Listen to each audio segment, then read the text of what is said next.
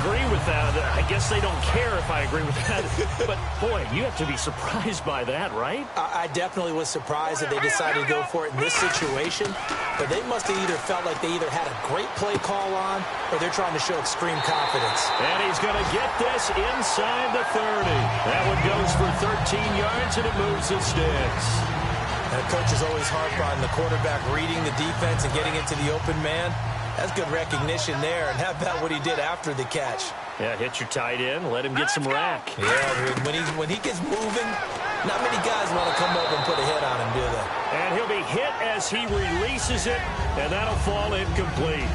It's always tough trying to keep your guy upright when he's trying to throw the football. When you're dealing with those big, bad guys on the defensive front, it's even tougher. And this time, those guys on the opposite side won the battle, getting to the quarterback and knocking him into an incompletion. And this is incomplete. One of the best routes, one of the favorite routes of any play caller. He just ran that one. Nice little angle route. That's supposed to be a catch, and usually it is, and the running back dropped it. Yeah, I mean, he's a running back, but he's got hands. He should have caught it. He'll look to throw, finding his safety valve here. That's complete. And look at this. They're keeping the punter on the sideline. They're going to go for it here on the opening drive. They'll stick with the passing game. And no escaping this time as he'll go down. They got him for a sack. Call that a loss of 5 yards on the play. Able to swamp him from that defensive tackle spot for a loss of 5. So, Charles, they wanted 7 on that opening drive. They didn't want to settle for a field goal. Felt like a tone setter. You know, that's what they were looking for because a lot of teams, they'll march it downfield, and when they kick the field goal, it almost feels disappointing, doesn't it? You have a nice drive. I think this team decided, guess what? No matter what, we're going for the 6, trying to put those points on the board and set them back on their heels. But unfortunately, that mentality did not work out. Simple slant route and part of a really nice hard throw by the quarterback. Nice timing between the quarterback and the receiver. They were perfectly in sync, and he put it right on him on the inside route. Credit him with a 1-yard gain there to make it 2nd and 9. A 1-yard gain can look like a disaster, but it all depends on how the game is going.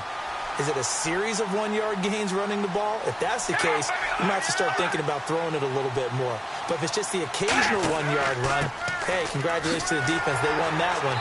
Come back and get them the next time. Back-to-back stops make it 3rd and 10. And he had a nice play there from his free safety position to hold him to nothing. And, Brandon, remember when the free safety was always back, away from the line of scrimmage? That's changed. That changed in a big way. The way we see it now, they're almost mirrors between the free safety and the strong safety. One will be up, one will be back, or sometimes both will be in the same spot. On that play, the free safety was there, no gain. To the sideline, and that is a heck of a catch as he was able to get both feet in. I know where we're headed on this. Terrific catch, gets his feet down, sets up a 4th down and short situation. But I bet we're wondering, why didn't he get to the first down marker running his route? Am I correct? You got to know where the marker is, right? Got to figure it out. I know every receiver is taught that. Sometimes circumstances change it. At least they have an opportunity to make a decision with not much yardage to go. And out now come the Eagles. And last time they were very fortunate, this offense. They went for it on 4, turned it over in their own territory, but the other guys held up. They didn't give up any points. So how about the guy with the #1 headset on the sidelines, the head coach? That was planned going into it, not necessarily to not get the first down or to have the defense have to hold up. But he trusted his defense. Trusted his defense very much, and I think that's how he's going to play this game. Go for it, be aggressive because... And hit behind the line. He lost the football. It's loose. And he's into the end zone. It's a fumble return for 6 and a Raider touchdown. So the defense forces the fumble. They get the score, and a guy on defense becoming offensive there, Charles. And you know they love that. Any guy on defense loves to pick up the ball and have it in his hands and try and score himself. In this case, that's exactly what happened. We'll be singing in the shower postgame. The scoop and score, always an exciting play in football, and we witnessed it there, grabbing it off the ground and then rumbling it into the end zone for 6. Fielded about a yard deep. And he will be marked down right there at the 20-yard line. And now the Eagles offense back out onto the field. Here we go. They'll come out throwing here to start the drive. Nowhere to escape, and he goes down. It'll be a loss of 7 on the sack, and it brings up second. Now they'll throw here out of the gun. A hit as he throws there, incomplete. Oh, man, that was close. The opportunity to change momentum, big play, right in his hands, unable to come down with it. A sigh of relief, no doubt, on offense as that fell harmlessly to the ground. Now on 3rd and long, they'll look to throw. Oh, a ball batted in the air, and now it's intercepted. A great read, and it's picked off. And this return is going to be halted right around the 28-yard line. This interception will go on the record of the quarterback, but as a receiver, you've got to understand where you are in the field. Middle portion, you know it's going to come in hot. Square your body to the quarterback and be ready to make the catch. Now after the INT, it's Carr. It's a short one here, complete to the tight end. A good pickup there, 8 yards on the first down completion. Seeing that play and understand just how tough it is to cover tight ends, especially the ones running around the NFL nowadays, makes me glad I didn't make it in that league. I would have had a really difficult time. But now you get to sit up here with me. Yeah, and that's fun, isn't it? And what a really nice game right there on first down for them. Brings up a nice second down for them. And he's going to be out of bounds down inside the 5 at the 4. That one goes for 16 yards. It sets him up 1st and goal. They were ready for what the defense was showing. They had prepared for that look, recognized it, went straight to the air, got the first. Well done. Love the recognition because you can prepare for everything. You can watch the tape and put together your game plan, but you still have to understand what they're doing in terms of what they're showing and be able to adjust accordingly, and they did exactly that. So the myth has been shattered. Every cornerback in the league is not just a cover corner. Some of them will stick their nose in there and make plays exactly as we just saw there. A big loss suffered by the offense after that nice tackle. Ready to go now in the second quarter. Brandon Gaudin, Charles Davis. It's the Raiders in possession of the football. And they'll come up looking to keep this drive moving. Carr to throw on 2nd down. And this is caught. Touchdown, Raiders. Their big-bodied receiver. His first touchdown on the year. And the Raiders add 6 to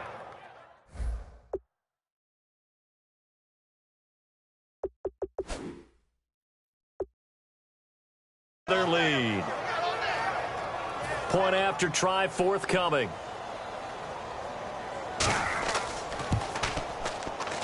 And it's good to make it 14-0. Just a 4-play drive that time. And it winds up in 6 points for the Raiders. This one fielded at the 5. And he'll get it up to about the 26-yard line, just across the 25. Here comes Eagle offense now as they get set to take over here. And following the interception, we'll see what they can put together on this drive. I can hear my old college coach right now. He always used to tell us before every game, the team making the fewest mistakes will win. What they're hoping is that that last mistake is their only one of the game. Coaches, that's all they talk about, turnovers, right? Minimizing those and maximizing opportunities. We just saw another example of how the defense is winning this game. Really at the point of attack, the offensive line's just getting pushed around. Into double coverage, and it's intercepted. A great read, and it's picked off. And they are going to set up shop at the 40-yard line. When a team's turned it over 3 times in the first half, we just look at the offense and say, guys, what are you doing? But instead, we really should be looking at the defense. They've created the takeaways. 2 interceptions, 1 caused fumble. They played awfully well swarming to the ball here in the first half. Legs still churning. Like a giant pinball. And he gets this one all the way down inside the 20-yard line. And that's why defense coordinators always preach 11 guys to the ball. Because sometimes you have a missed tackle, but if you have a swarm of guys around, less room for them to roam even after the first missed tackle. In this case, tackle is missed, plenty of open field to get after that. Throwing on first down is Carr. And a quick throw here, that's complete. 7 yards, the pickup on the pitch and catch.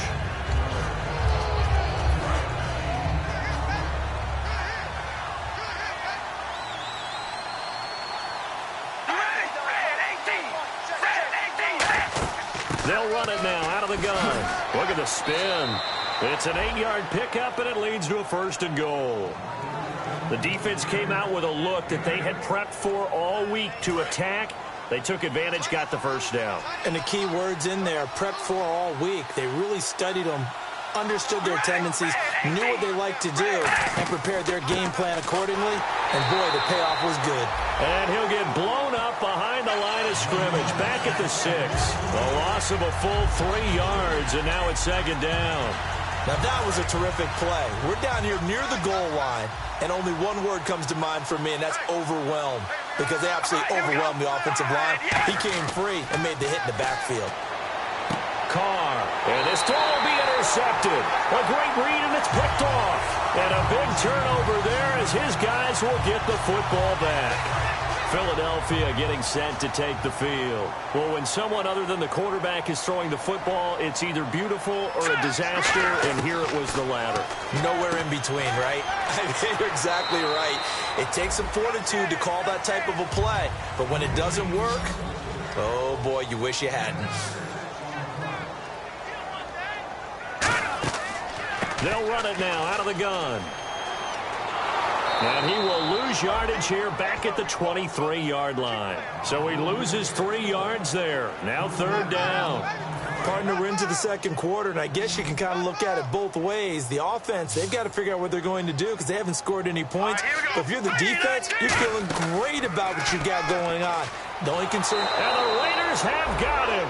And the defense coming through on 3rd down. A loss of 7 to bring up 4th. Sometimes I watch games and wonder why they use play fakes on certain passing situations because it's not going to fool anyone. I don't know if that was the case here, but the end result was the same.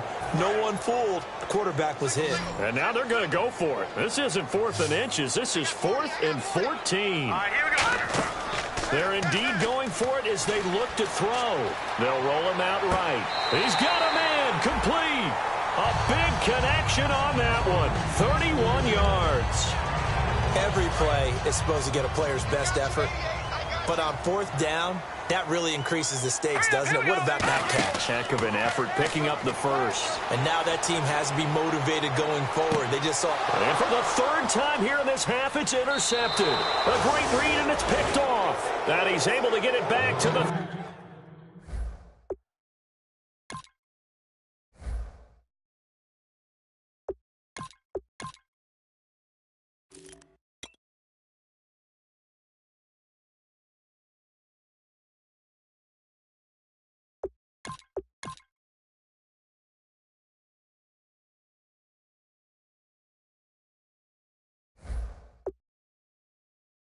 Yard line. Okay, it's real simple to say from here, but we know that sometimes as a quarterback, you've got to know when to say when and just throw it away. Flushed out to the right, tries to make something out of nothing here, and he winds up floating one downfield. I think it's intercepted. They'll run it now out of the gun. And he went backwards. He'll be down at the 30. That's going to go as a loss of 2, and it'll be 2nd down.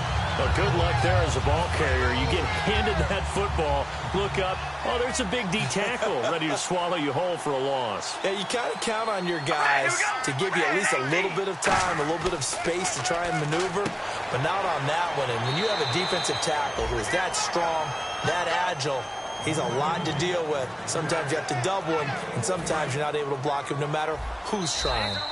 2 minutes remain here in the 1st half. We'll come back to Philadelphia after this.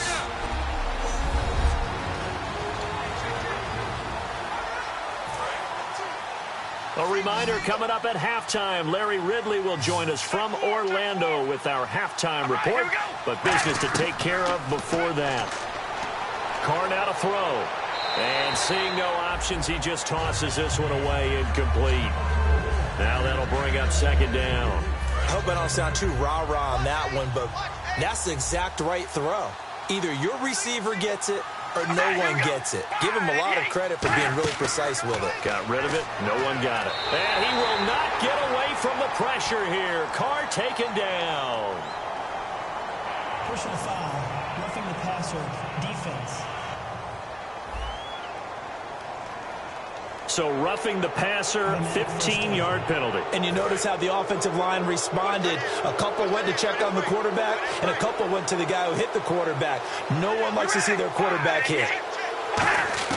Carr now on first down. Oh, he's got a man wide open, complete. A good pickup there of 20 yards. And the game just keeps evolving. Big guys running those corner routes, so difficult to cover.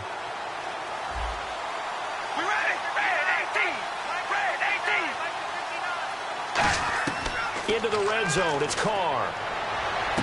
This will be caught at about the 3. And he'll take it into the end zone for a Raider touchdown.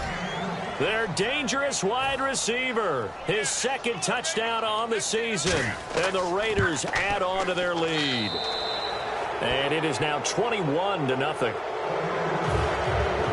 Out is the kickoff unit as they run up and send this one away. Fielded about a yard deep.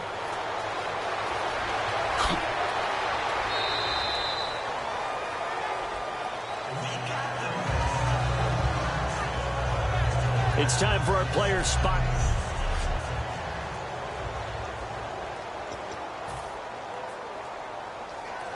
The Eagles offense now gets set to head back onto the field.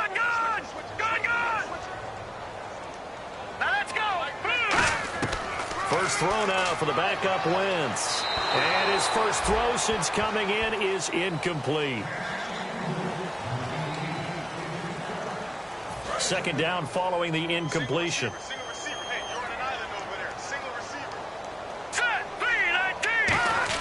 Back to the air on second down. Wentz. Oh, the ball comes out on the hit, but they'll say it's incomplete. He was trying to get it to Zach Ertz that time. And that takes us from second to third down. Well, that's the type of pass play that you need to wait for routes to develop. You need a little time in the pocket, but that's hard to do when you got people in your face. Now Wentz on third down. And this time he's got the hookup. It's complete. Now whistles, and the Raiders are going to signal for a timeout. It's just their first, so they'll have 2 remaining here before we get to halftime.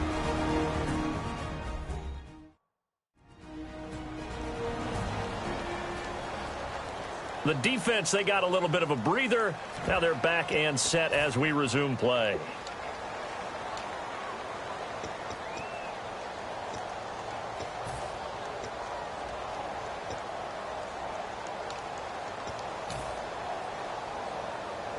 And they're going to at least line up to go for it here on fourth down.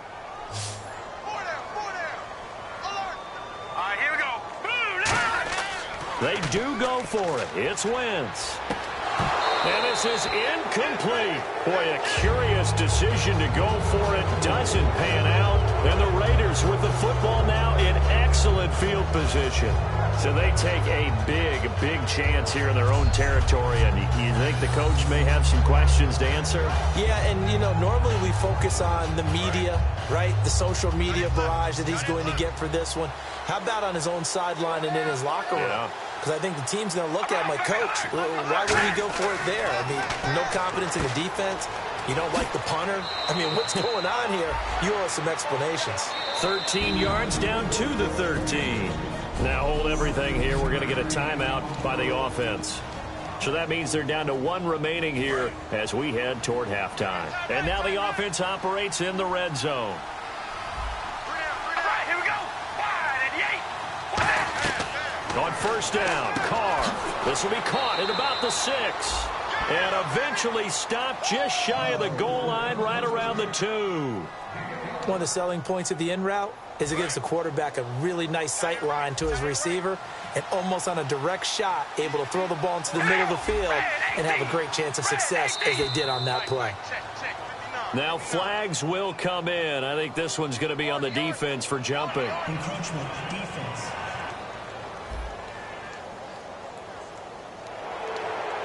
Still first down.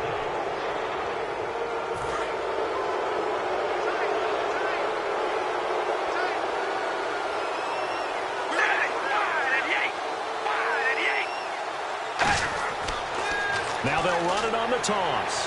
And he is going to lose yardage here. A loss of a full 3 yards, and now it's second down. Did your high school have that same push them back cheer? I was a kicker. Well, it certainly worked. Didn't matter whether we were kickers or not. That one worked, didn't it? They pushed him back at the last snap of the ball, and boy, they created a nice play for themselves. Would they lose 3 on that one? Yeah, from the 1 back to the 4.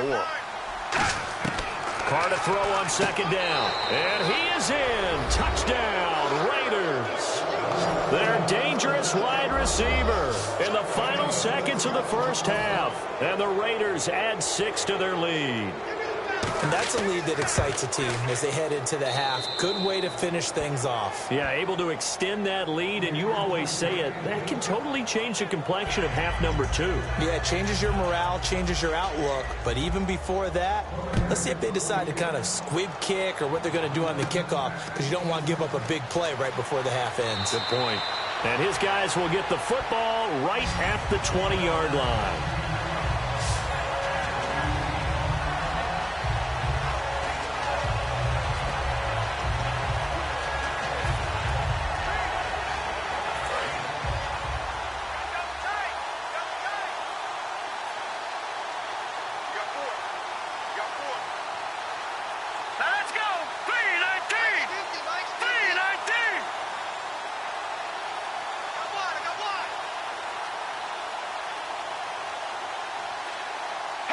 And with time running short here, they'll simply take a knee, and that should do it for half number 1. So we've reached halftime with the visiting Raiders out in front.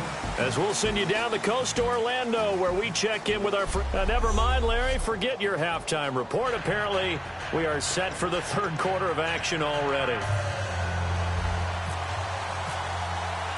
So both teams have their marching orders, and we'll get going again here in quarter number 3. This is fielded at the goal line. And a nice return sets him up pretty good here at the 30-yard line. Here comes the Eagles defense. They work their way back onto the field. They're losing here as we begin the 3rd quarter, trying to stop this from being a bigger deficit.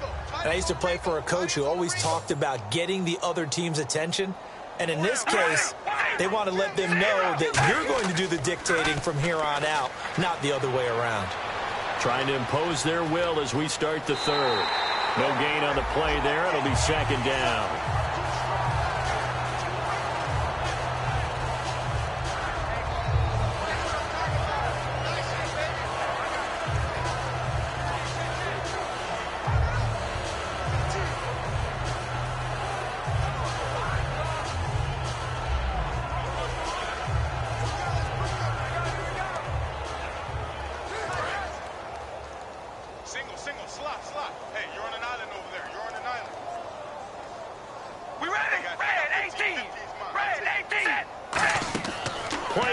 Now it's Carr.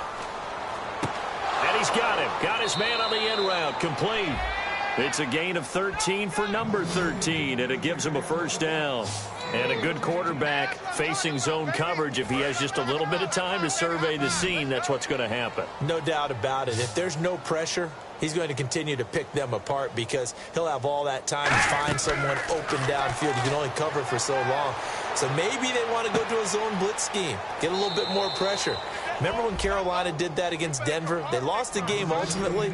They dropped the defensive end out, and he ended up with an interception in that game in Super Bowl 50. Maybe some sort of scheme like that to try and get more pressure at the passer.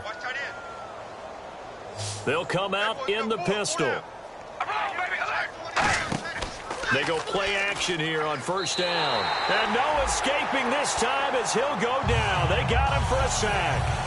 The game plan for any defense is finding ways to make a quarterback uncomfortable in the pocket. When you bring pressure from all angles, you never know who's going to get home. In this case, the left cornerback right in the face of him puts him down. On 2nd down, here's Carr. Throwing middle, but it's incomplete. Well, the numbers have been good in the passing game, and certainly a big reason why they have the lead. But now here, 3rd quarter, maybe go to the run game a little more? Yeah, perhaps. I mean, after that incompletion, a little credit to the defense for shutting them down on that play. Maybe you try and run the football a little bit more in this spot. But they have to feel good about how they've been throwing it overall. And he takes a shot on the release as this will be incomplete. Illegal forward pass. Offense. So how about that one, Charles? We haven't seen that in a while. The illegal forward pass. The quarterbacks get so much leeway on this play that you're right, Brandon. It is very rare that we see the call come out for a legal forward pass.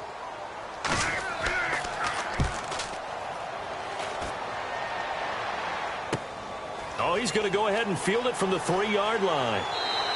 We'll call that a punt of 54 yards. Well struck.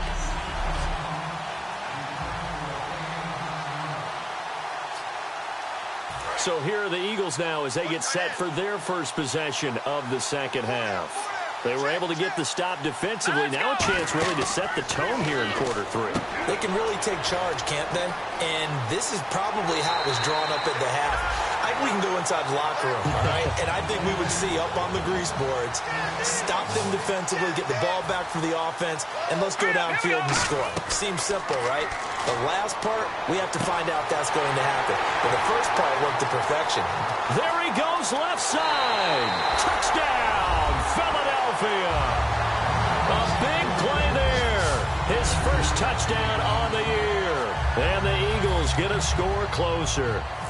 And correct me if I'm wrong, that was just a simple fly route, wasn't it? No, there's nothing to correct at all. You've got it down pat. And I just remember as a player, when I'd be in practice sessions and I'd hear 9 from the receivers, that meant fly route, go, look out. That was the 9, and he just kept going all the way into the end zone for the touchdown. This will be taken in at the 1. And he'll take this across the 25, a couple extra yards up to the 27-yard line. Now on the return here, we've got an injured player down there.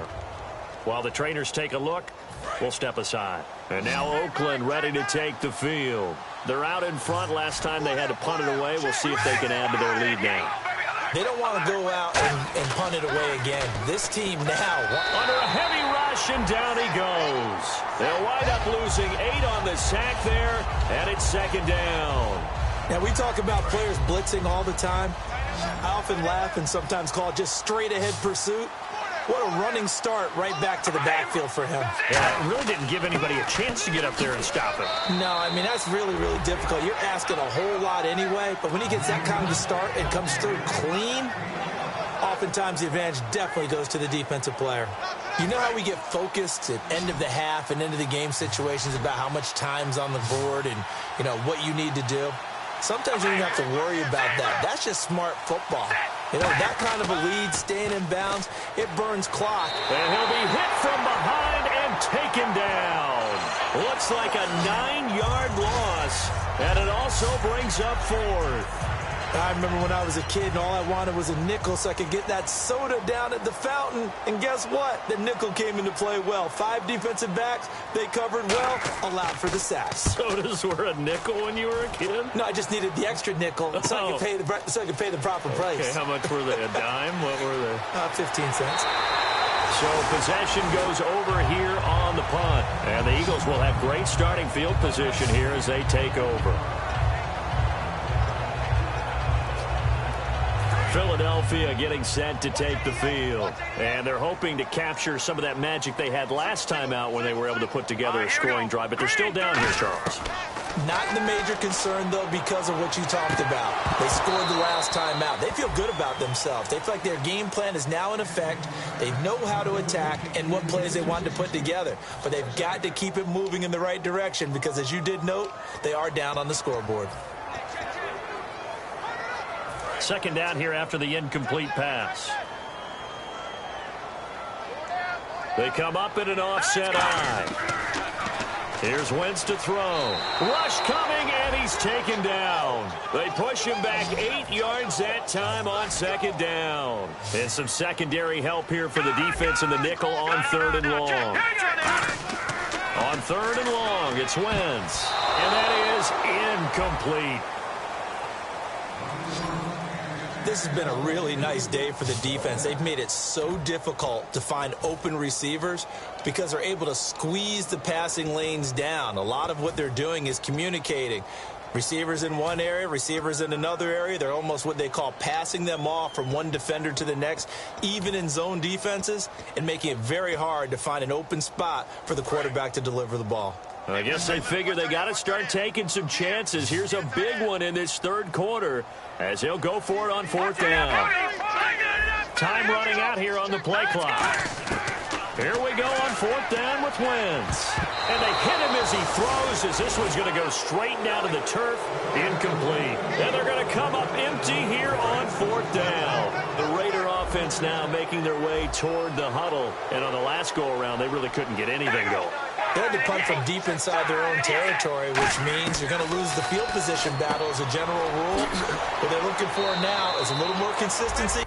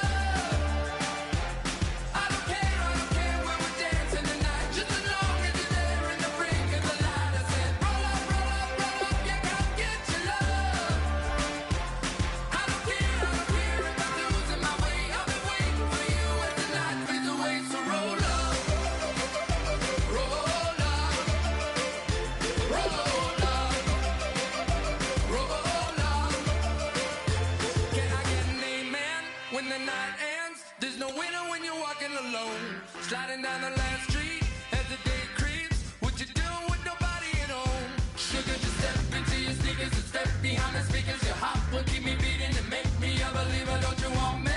Don't you want me? I need some mercy on my soul. Come on. Give me what you got. Oh, oh, oh. Give me what you got. Oh, oh, oh. I said,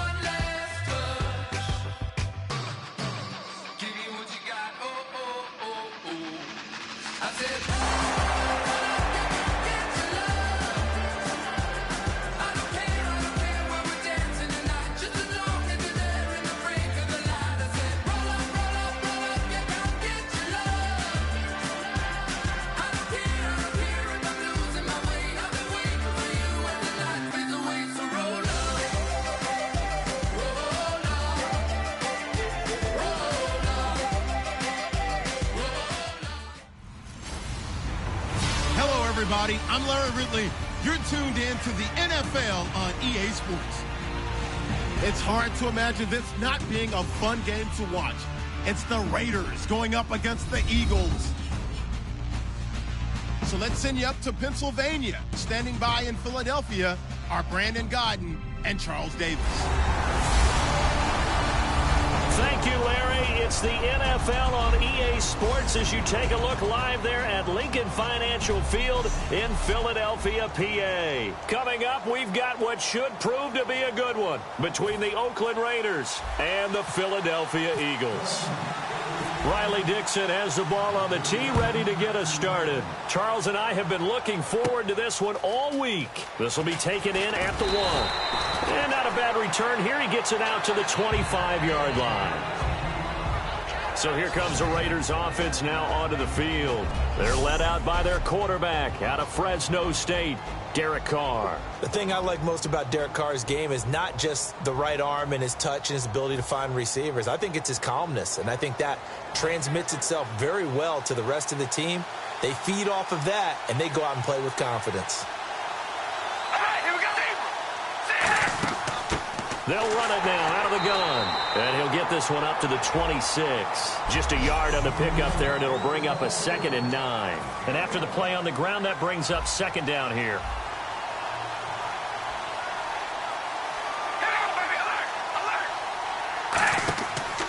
And they'll run it here. And he is met at the line of scrimmage, and he goes down right there. No gain on the play there, so that doesn't help. Now they're looking up at a 3rd and 9 situation. So trouble already here on their opening drive. This is 3rd and 9.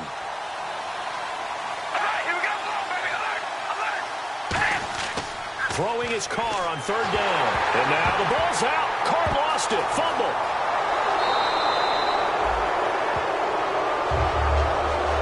On plays like this where the ball comes free, it's often unusual for the team that lost it to get it back. Because this is the quarterback. The ball gets away from him. Everyone else is trying to execute what they're supposed to do on offense. They're usually looking in the other direction, downfield, or have moved away from him. In this case, though, a teammate is able to come up with the ball. 21 yards. Well done on the return. And this offense, they're going to have excellent field position. They take over with a 1st and 10 on the short side of the field.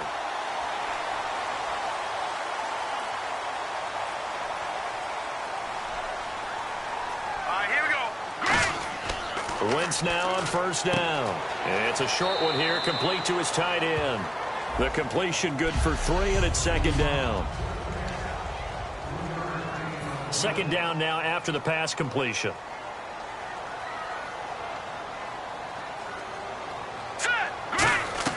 Now Wentz throwing on 2nd down. It's a short one here, complete to the tight end. 4 yards on the completion, and it sets up a 3rd down. They get the completed pass, but still have more to go here on 3rd down. Here we go. Wentz going to try and throw on 3rd. Firing quickly here, and that's complete. And brought down, but not before he was able to break the tackle, and the extra effort moves the sticks. Illegal block in the back. Offense.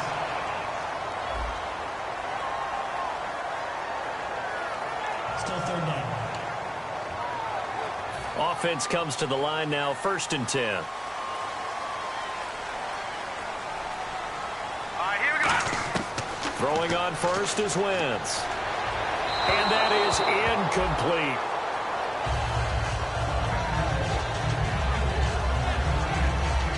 Ten yards still left on 2nd down.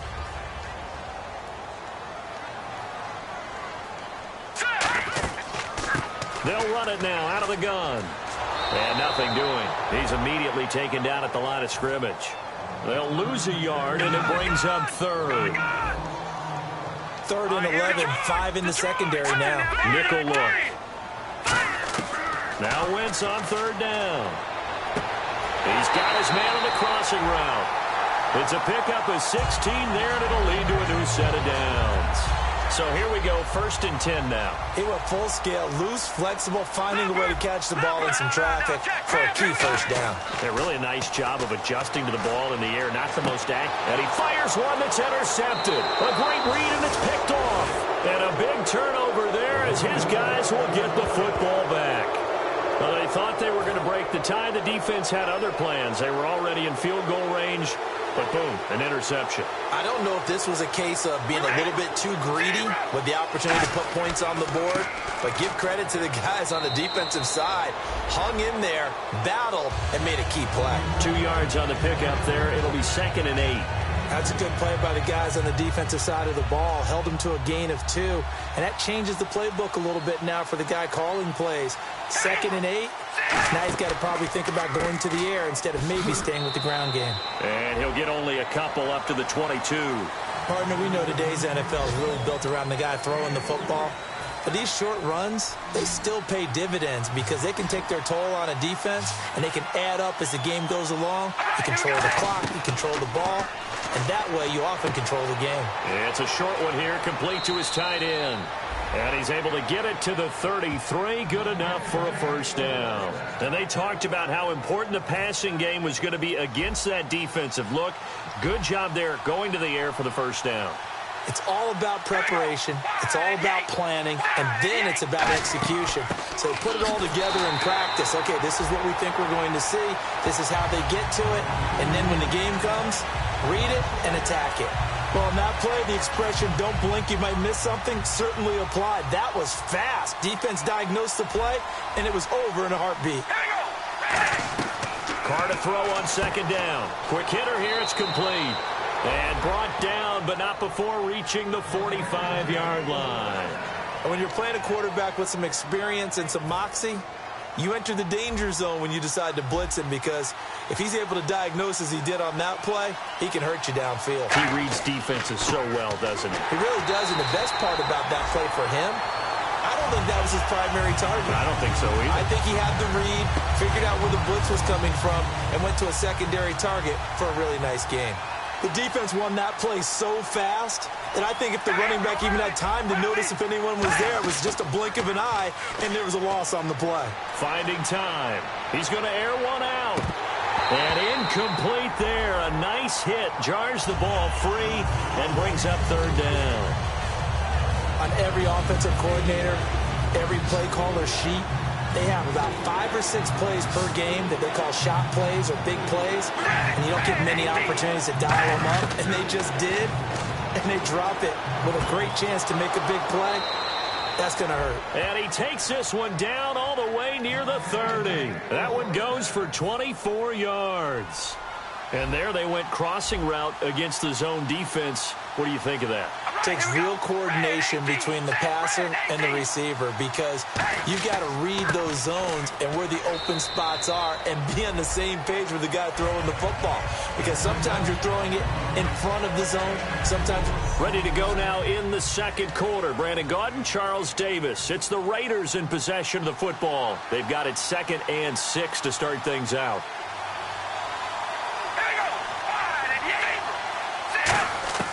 From the gun, it's Carr. And a quick throw here, that's complete.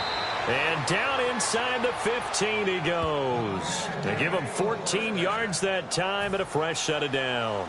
And a really long drive here, and it goes on and on. And now the passing game here in the 2nd quarter is starting to heat up a little bit. Don't you feel the rhythm starting to happen, right? You see it now. The confidence is starting to rise. I think now as a play caller, because that has happened, you lean on it a little bit more. You don't go totally away from running the football, but you do say, guess what? We can throw it. We can throw it well with a whole lot of confidence. And the penalty now makes it 1st and 20. They'll come out in the pistol.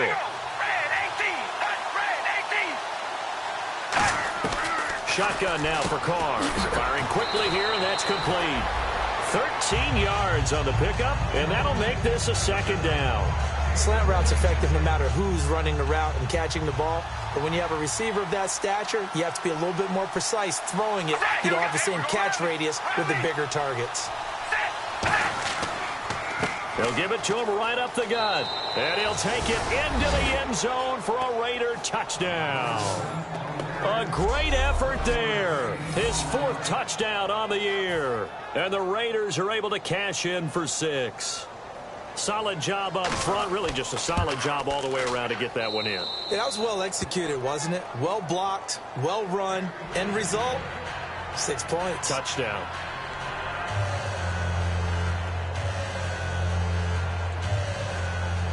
The kickoff team on the field now as they will send this one away. This is taken at the 3. And not a bad return here. He gets it out to the 25-yard line. The Eagles offense now, they head back on the field.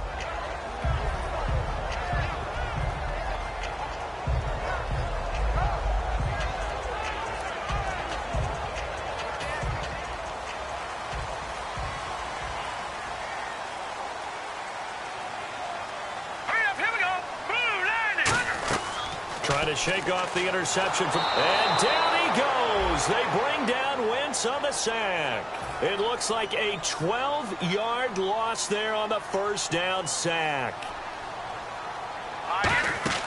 On second down, here's Wentz. He's going to flip one out here to his running back. No gain on that one, and it's going to bring up a third down. When a linebacker's able to sit at the second level and see things develop in front of him, as soon as he got a hint that the quarterback was checking it down, he just made a beeline directly for the receiver and ended up making the play. Wentz, and he's got his man on the out route. Personal foul. Face mask. Defense. Face mask penalty, and Charles, you were a defender. You know sometimes in the heat of the moment, it's hard to keep your hands away from that face mask. Sometimes you just get out of position as a defender when you're trying to make a tackle, so you end up flailing away, and your hand gets into the wrong spot. And he stopped immediately there. No gain on the play there. Second down. Leopard! Here we go now. Wentz to throw on second down. Ertz has it left side. 4 yards on the completion, and it sets up a third down.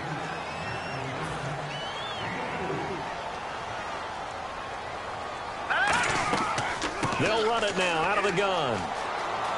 And he will lose yardage back to the 34-yard line. They'll break the huddle here and go for it. This is fourth down. Lucky 56. Lucky 56. Set. Blue line. They do go for it. It's Wentz. He's got time in the pocket. And he's going to be grabbed and pulled down. Robert Kimdichie in there to bring him down for a loss of 7. Now the Raiders offense, they get set to head back on the field. And they will simply, Charles, be looking to duplicate what they did last drive when they were able to push it in for 6. And they hope it'll be that easy, right? To be able to take exactly what happened before, replicate it. They may have to make a few additional changes along the way because I'm sure the defense will make some adjustments, but they've got to have great confidence having scored the last time out. So they complete the pass, and now they face a second down. And there's another completion to the tight end. And let's face it, it is hard to overthrow a 6'6" target. It is indeed. Quarterbacks like their speed guys. They like that huge 6'6" target that they've got in him. They really do. And it reminds me of what one great tight end told me once. He told his quarterback, just make sure you throw it up there. You know, kind of like put up on the top shelf where the kids can't get it.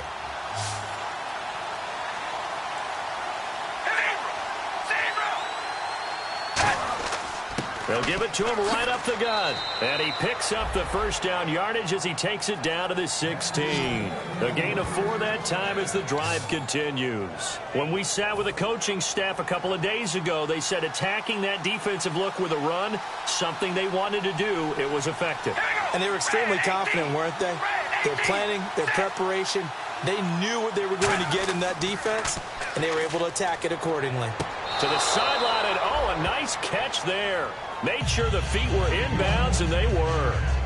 Let's make this one simple. What a catch, especially the finishing part of getting his feet in bounds, toe tapping, and, of course, foot dragging. A little tapestry, if you will. Oh, I like it. Call it a gain of a couple, and that's going to leave him with a third and about 5.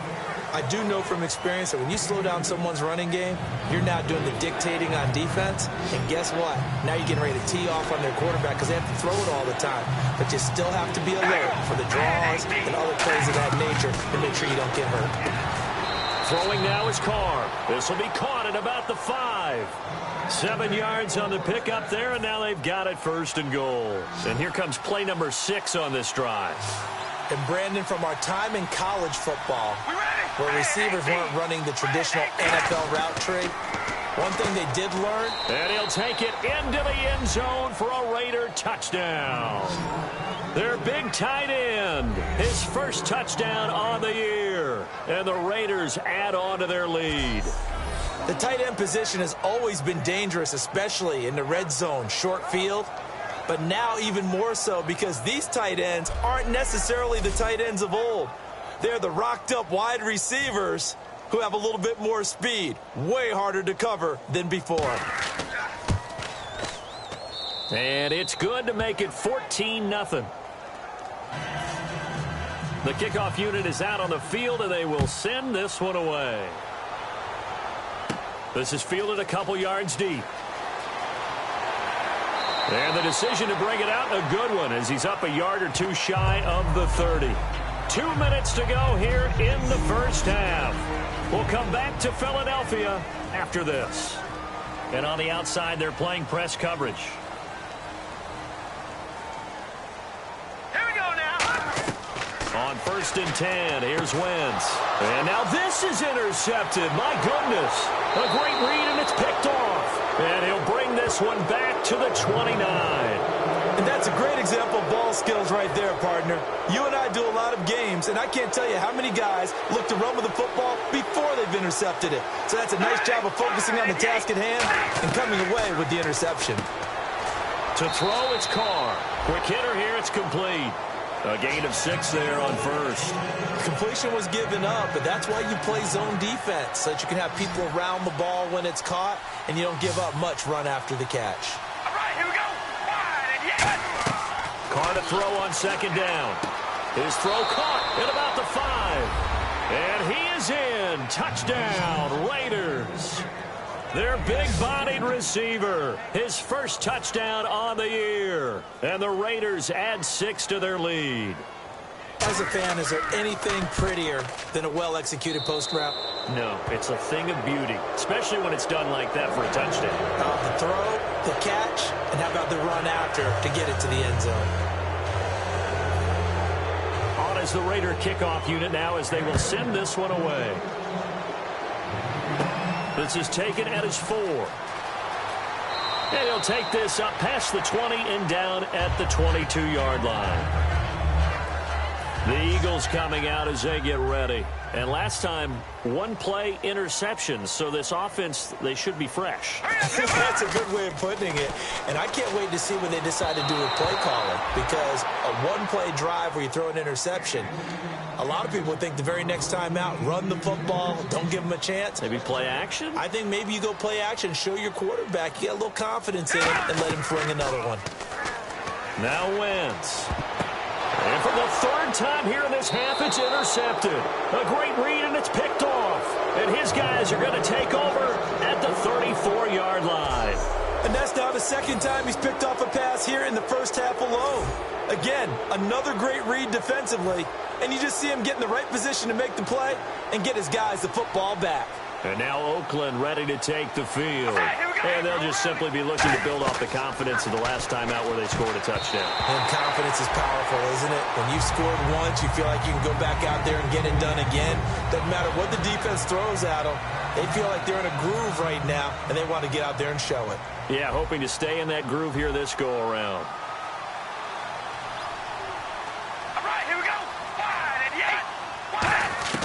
Back to the air on 2nd down. It's Carr. He's going to find his running back. It's complete. And all the way in. Touchdown, Oakland. A great play there with his 2nd touchdown of the game and 5th on the year. And the Raiders add on to their lead. Getting your back involved, what's the importance there in the passing game? Well, oftentimes you can create mismatches because who's going to cover him? And you get him into space, which is where he likes to operate with the ball in his hands. Oftentimes makes people miss, gets that run after the catch, and off he goes. And into the end zone. This fielded at the 2. And he'll take this one near the 25, call it the 26-yard line.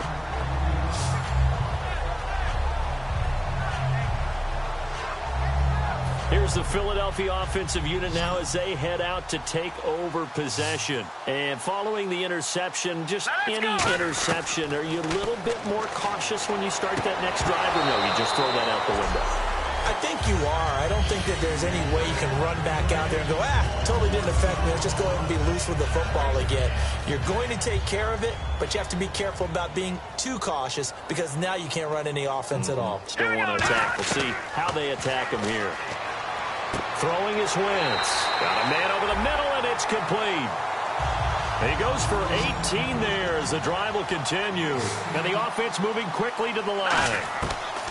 Throwing on first is Wentz. And he couldn't hang on. Would have been their 4th pick of the game. Instead, second down. Well, an incomplete pass certainly doesn't look like a good play. For the guy throwing it today, as many interceptions he's thrown, he's got to feel a sigh of relief that the ball actually hit the ground and didn't go in the other direction.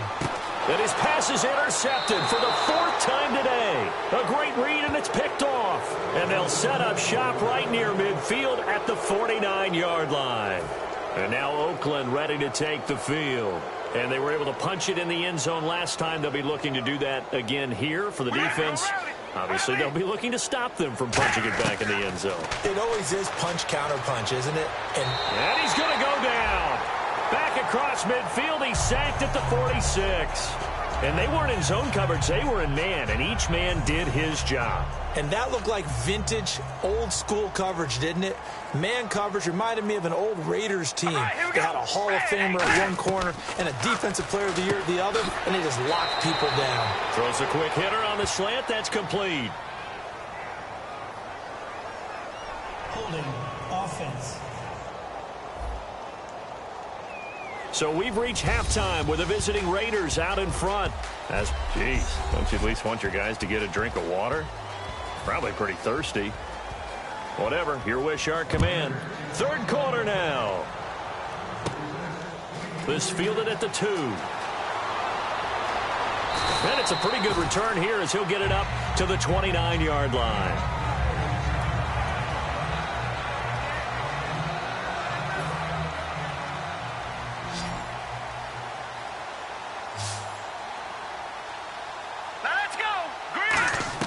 Wentz now on 1st down. Looking for his running back, and he's got him. Call it a 3-yard gain, and it'll bring up a 2nd down. All right, so what do you make of these numbers here? Back-to-back games where he's really, really struggling. Well, I go back to our meeting with the head coach, and you asked him about what happened last week and whether you thought he'd come out of it, and he was a little hesitant, wasn't he? He was. He wasn't real confident about what he would see. He was hopeful. Right. And that always scares me a little bit if I'm a player, if I had actually heard that. But as a broadcaster, listen to the head coach say he's hopeful. Well, so far, that hope hasn't been realized. Yeah, we both noted that after, and you're right, it hasn't been realized. Wentz. And a quick throw here, that's complete. And he's able to get this one down to the 40-yard line. 14 yards that time for number 14. Good throw, good catch, but I really like the route. The drag and being able to run away from defenders, hard to stick with them for that long. Yeah, better against man than zone, or better against man, because now you're running away from someone and you're not running into a defensive player in another zone. And he finds a man with a crossing route. 15 yards through the air and a 1st down. Sometimes it's designed, and sometimes you just have to know when to leave the pocket and move and make something happen. And on that play, he was able to get on the run and was still accurate throwing the football. All right, here we go. On 1st down, Wentz going to throw deep for the end zone. And this is caught. Touchdown, Philadelphia. Their dangerous wide receiver. His 1st touchdown on the year. And the Eagles make some inroads here on that deficit. And he's a little bit on the shorter side as a receiver. Maybe sometimes for the defense, tough to find the little guys, right? Yeah, sometimes they get lost in the traffic, but usually what it means is that rather than just winning with height or even speed, they use their quickness to find a way to get open. Well, tall, short, wide, skinny, whatever, there it results in a touchdown. Fielded about a yard deep. And he'll take it up past the 25 to the 26-yard line.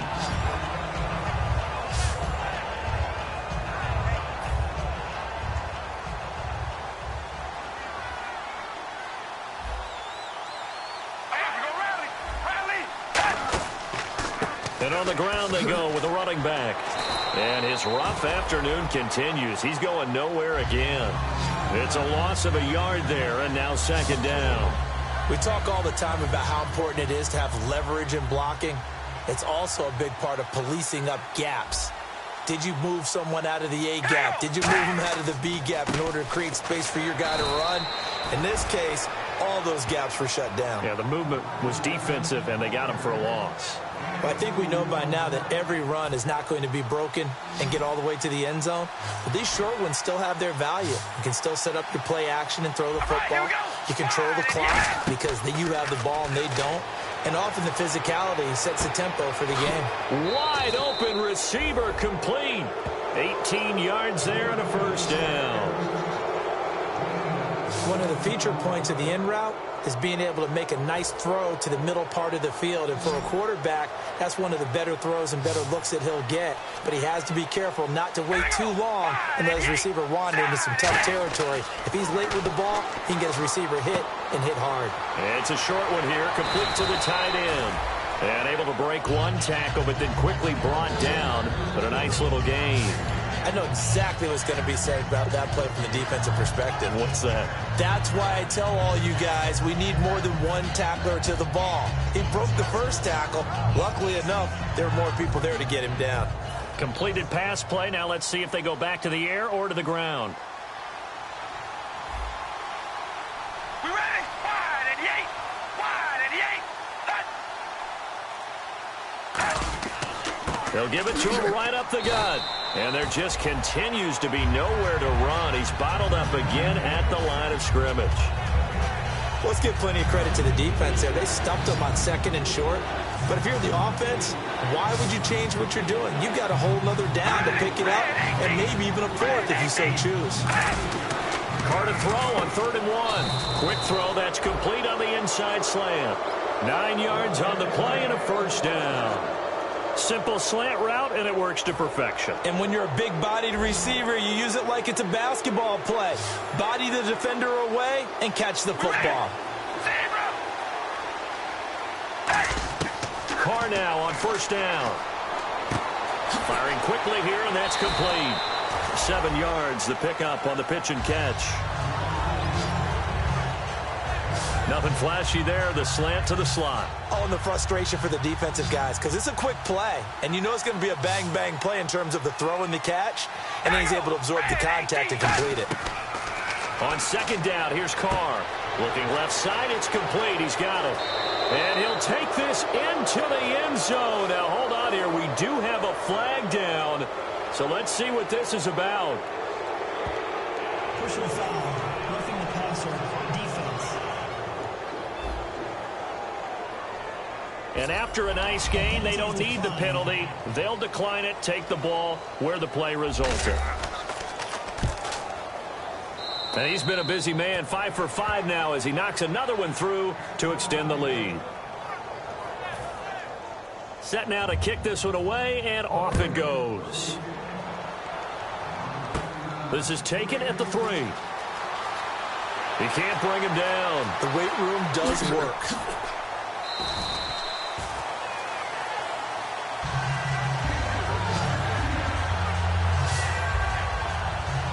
Clock showing 90 seconds to go in the 3rd. Hurry up, here we go. Wentz now on 1st down.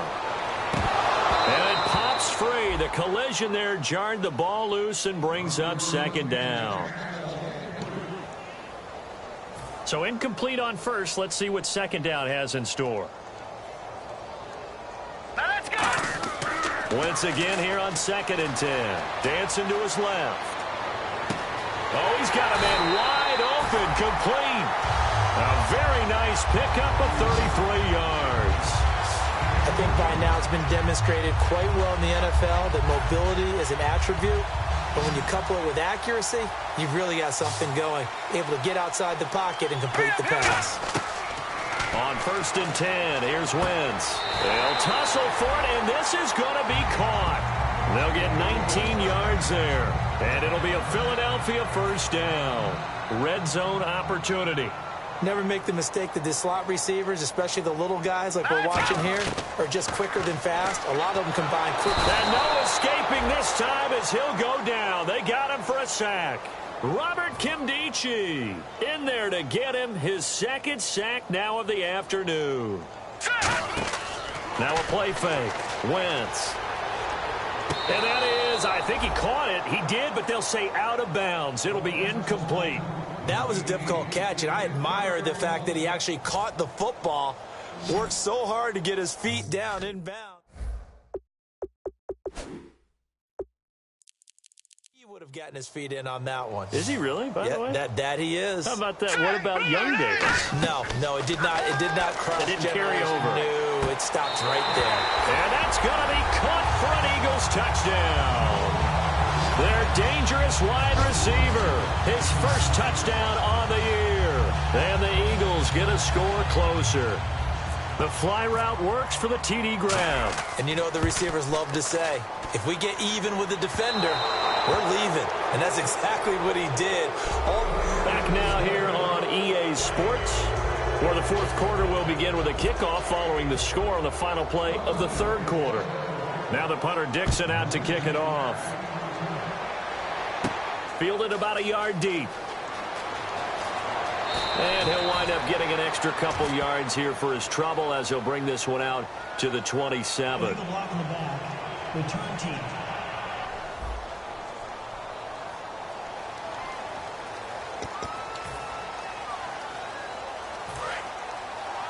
Double tight, guys, double tight. Hey, pull down, pull down. They come out with one back and three tight ends. And to give this time to the tailback.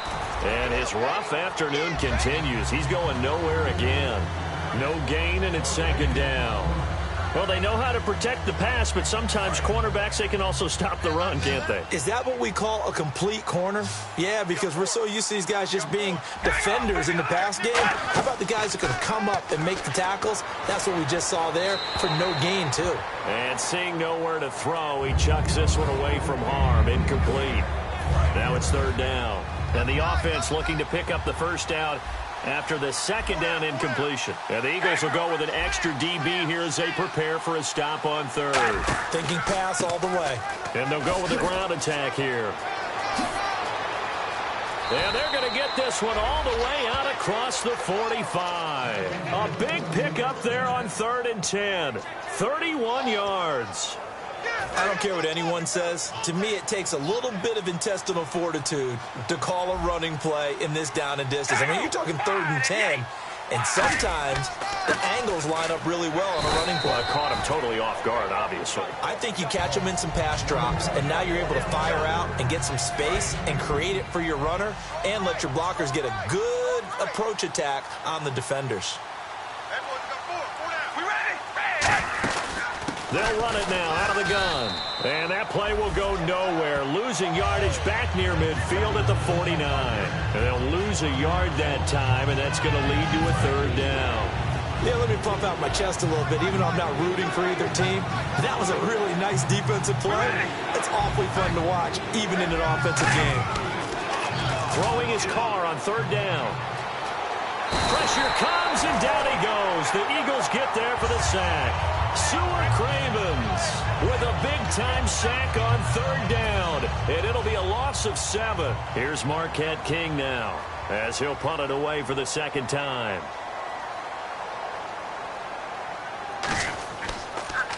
Now a high kick, almost a pooch punt. Fair catch signaled for and taken just shy of the 30-yard line. Just a 25-yard punt. Not what he was hoping for by any stretch. And the Eagles take possession. Carson Wentz, along with his offense, heading back out there for their next possession. And after a rough start, as we take a peek at the numbers, he's going in the right direction now. So off. And my goodness, another interception. A great read, and it's picked off. And they have possession, and they have it at the 38-yard line. The interception woes, they just continue to mount. He's thrown 5 picks. At this point, you got to be thinking, is it something between the ears? I think a confidence hit does occur once you start getting those numbers up there a little bit. But as you and I both know, it's not always just one guy's fault. Maybe somebody ran a wrong pattern. Maybe some balls were tipped. It could be so many different things. Bottom line, though, it comes back to the guy throwing them. Well, we all know the guy carrying the ball is going to get the credit, both in the stat line and probably in the newspaper. But guess what? Those guys creating holes, they couldn't feel better about themselves right now. Offensive line, tight end, probably even the wide receivers are involved. They're moving the ball well. 3 yards is half of what they needed. Now can they get the other 3 here on 3rd down?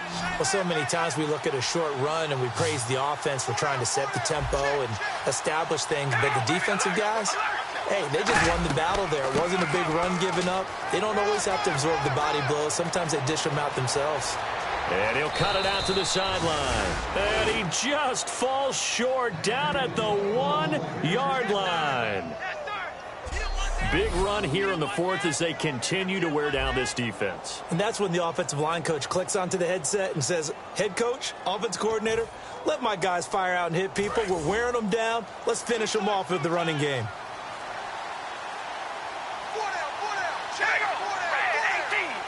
First and goal, they'll look to smash it in. Maybe a quarterback sneak here. And he is going to lose yardage here. It's a loss of 4 there, bringing up 2nd down. So, Brandon, when this offense gathers together to watch tape for this game, they're going to be feeling pretty good about themselves until the coaches get upset about the play we just saw. But you know their defense is going to be. But we put up big points all game long. The defense is going to win one every now and then.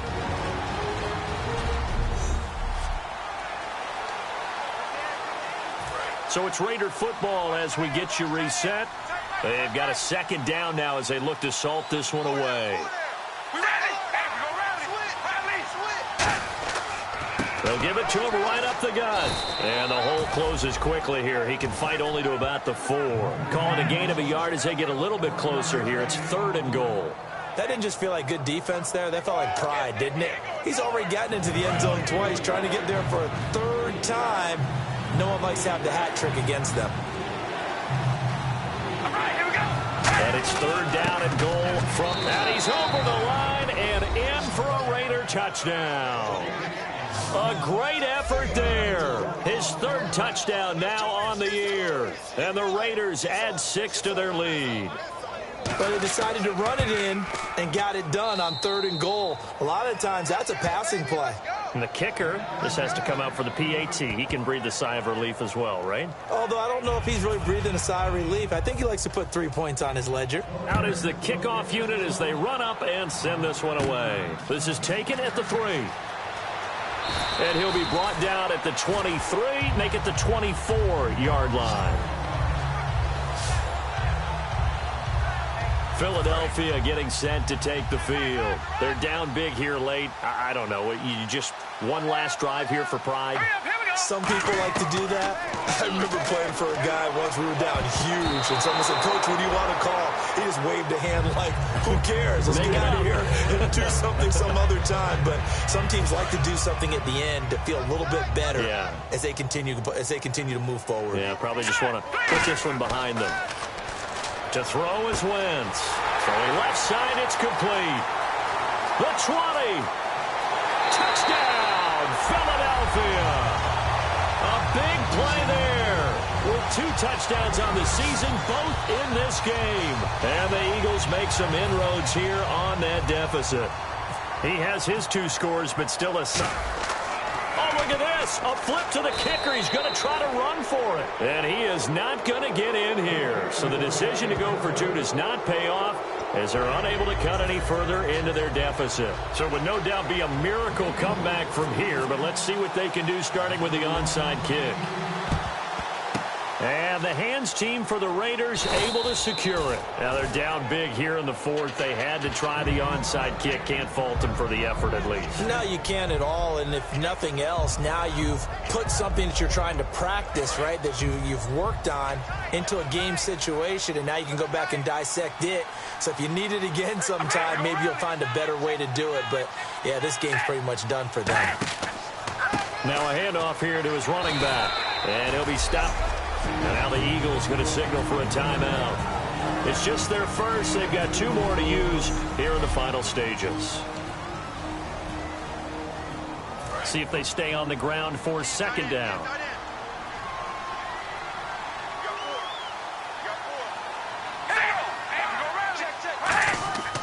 They'll give it to him right up the gut. And he's going to fight his way forward here for a modest gain. Give him 6 on the play, and all of a sudden here it's 3rd down. And that looked like some pretty easy yard. And the Eagles are going to go ahead and take another timeout. That'll be their 2nd, so one more chance to stop the clock here. And we'll be back. And they're just a couple of yards shy of a 1st down here on 3rd down. They come out here in the eye. Carr looking to throw on 3rd and 2. Backing up. And down he goes. They sack it back right around the 41-yard line. Now hang on here. Timeout called by the defense. That'll be their 3rd and final stoppage here as we step aside.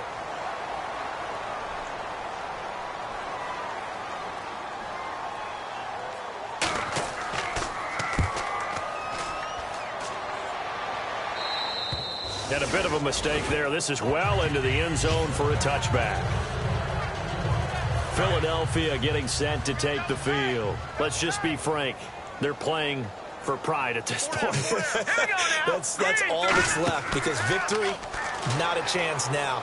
And I can't wait to see how they actually go about doing it, because there are a lot of people watching the body language of the guys on the field now. And if they call plays they want executed, they need to do that and do it really well. Otherwise, there could be repercussions. We'll see how they handle the waning moments of this one. And they can't get the long connection as it falls incomplete. Offense trying to avoid stalling out, facing a 3rd and 10. Now Wentz on 3rd down. He's got time. And now here's another interception. A great read, and it's picked off. And he'll bring this one back to the 29. And that gives him now 3 interceptions in the game. Well, someone's locked into what they're trying to get done in the passing game. When was the last time we had someone get 3 in a contest? 2011, wasn't it? Kurt Coleman? Oh, yeah, that's right. With the Eagles? That's right. He's then with the Eagles, and I believe it's against Washington and Rex Grossman. That's correct.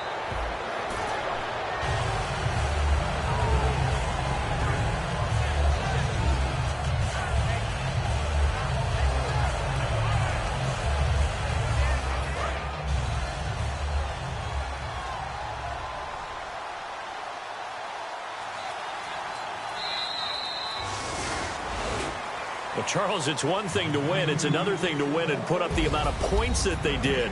Boy, were they clicking on offense. They can't help but feel great about themselves, can they? I mean, what a game to put up that number of points.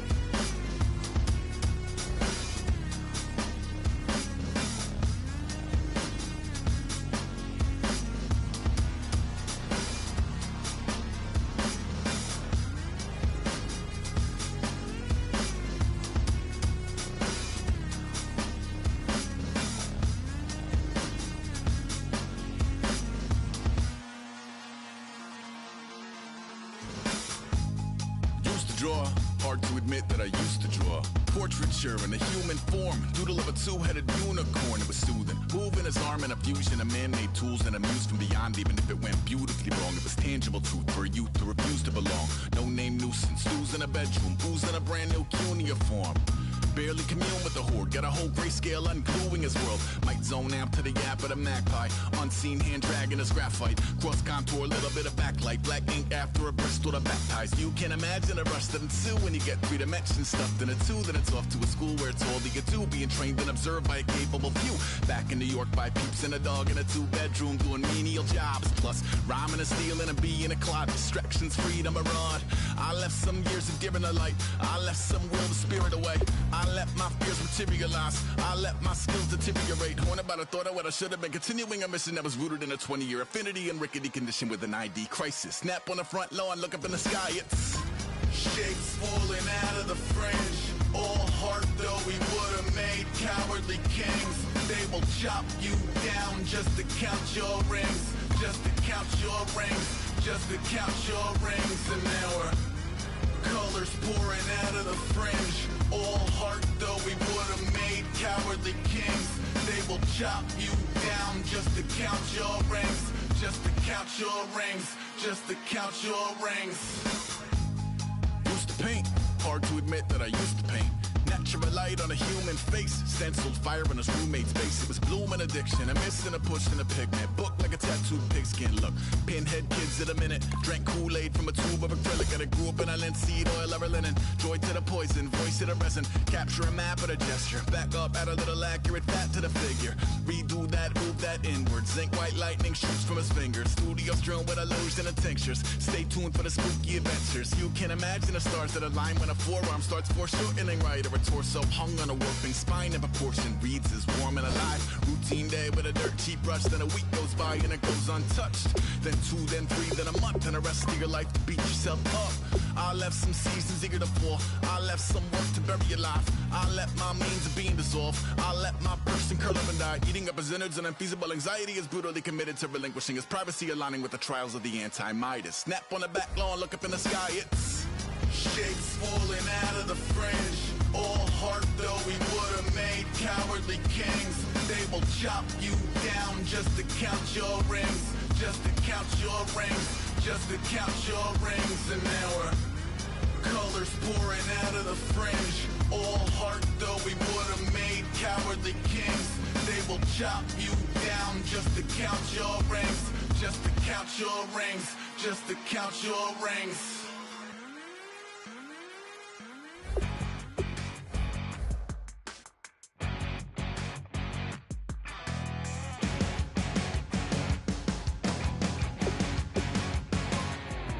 You're a crack at dawn, Monday morning coffee, strong, pouring everything you got into a paycheck Friday night. You're a power stroke, diesel backhoe riding king, 18-wheeler driving, living life in between the lines of clocking in and quitting time. Then the 6-string circus comes to town. We hang them speakers over the crowd.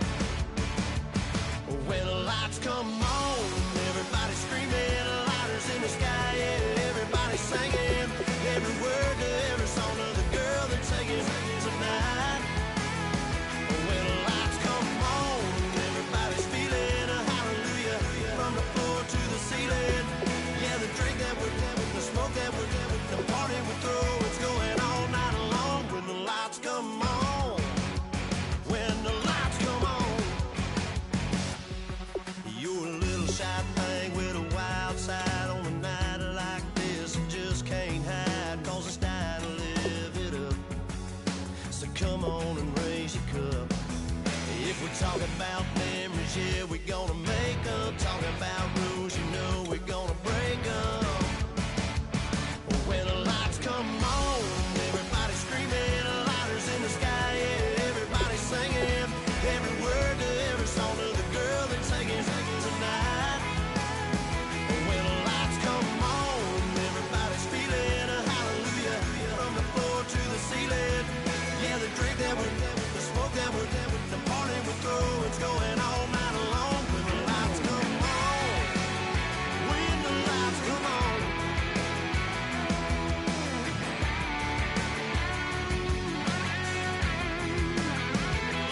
Yeah, we all the same cause we thinking the same thing. We on the same page cause we sipping the same drink. Here's a little something to thank y'all for showing up. Al Dean and the boys are about to blow it up.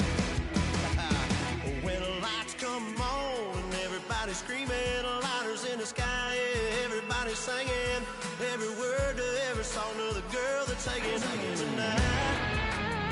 When the lights come on, everybody's feeling a hallelujah from the floor to the ceiling. Yeah, the drink that we're having, the smoke that we're having, the party we throw, it's going all night long. When the lights come on, when the lights come on, your buzz blowing it up, it's going all night long.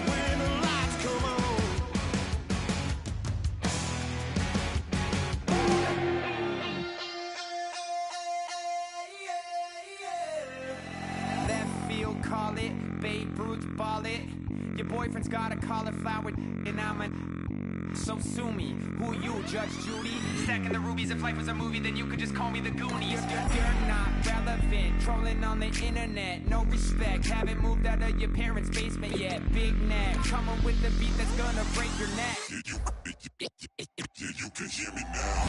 Can you hear me now? Can you hear me now? If you like it loud, we can make it loud.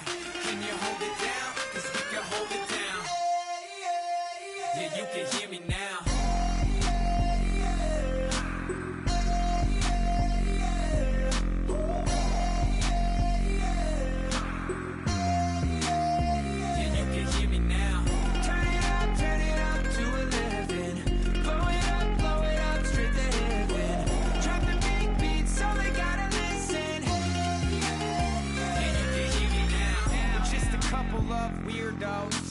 Coming to your city, sending bass into your earlobes. Like your bleached out hairdos.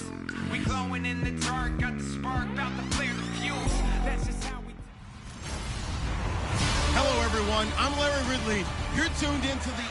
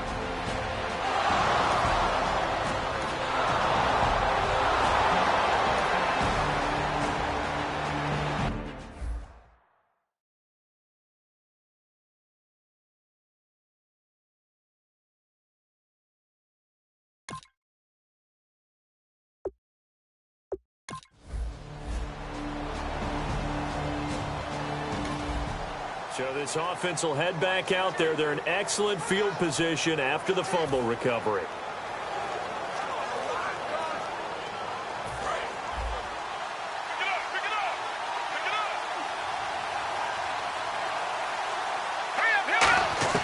Now they'll throw it. Wentz. Quick hitter here. It's complete. And he'll get it here to the 10-yard line. 7 yards on the pickup there, and now they've got it first and goal. First down and 10 now for the offensive group.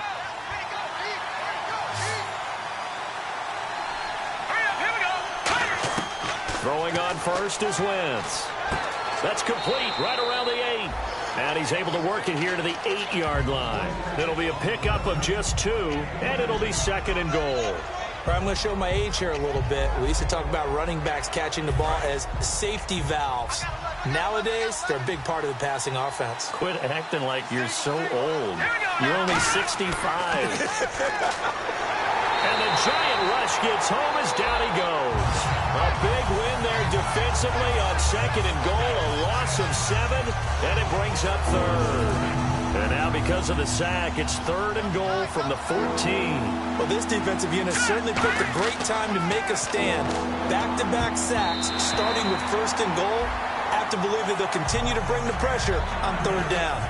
I know ultimately that feels like a good defensive play, but I know it's really not. They had a chance to keep points off the board. Now they have a chance to kick a field goal by missing that shot. Yeah, especially if this...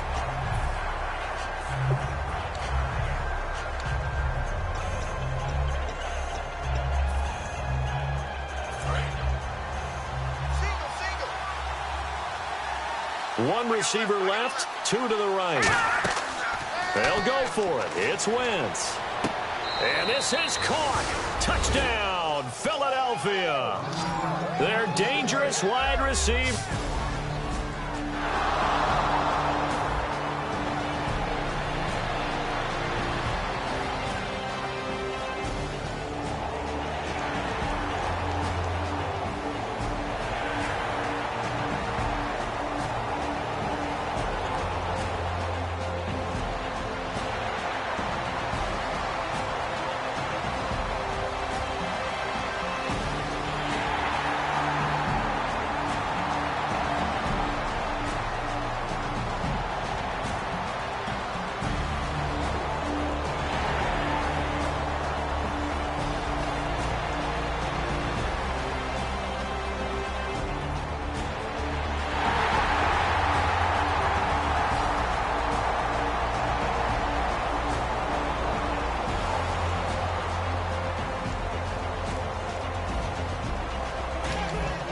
So the football will be at the 25-yard line as this offense gets set to take over. And Philadelphia ready to get going on offense again. And that recipe on their last drive that resulted in a touchdown looked pretty good, so they'll be hoping to do that once more. And it takes me back to when we sat with the offensive coordinator and the head coach. They felt pretty good about their game plan and thought there were some holes in the defense, and they exploited them the last time out. Let's see if they can come back and put together a similar drive. And we'll see if they can do just that. Wentz. He's going to leave this for his running back. It's complete. They'll give him a yard on the play, and just like that, it's third down. I know most of the time when the ball's in the air, you're thinking wide receiver, tight end, but running backs, they can be a big part of any passing offense nowadays. On play action, it's Wentz. And this is going to be incomplete. Well, that was pretty nice to watch if you like a defense's perspective, because they understood where the first down line was as much as the offensive guys did. Did not give up any more ground, and when the ball was thrown, reacted really well and swatted it away. One of the advantages of zone defense, you never take your eyes off the quarterback, and when he reacts, you do exactly the same and go get the ball. So certainly an interesting...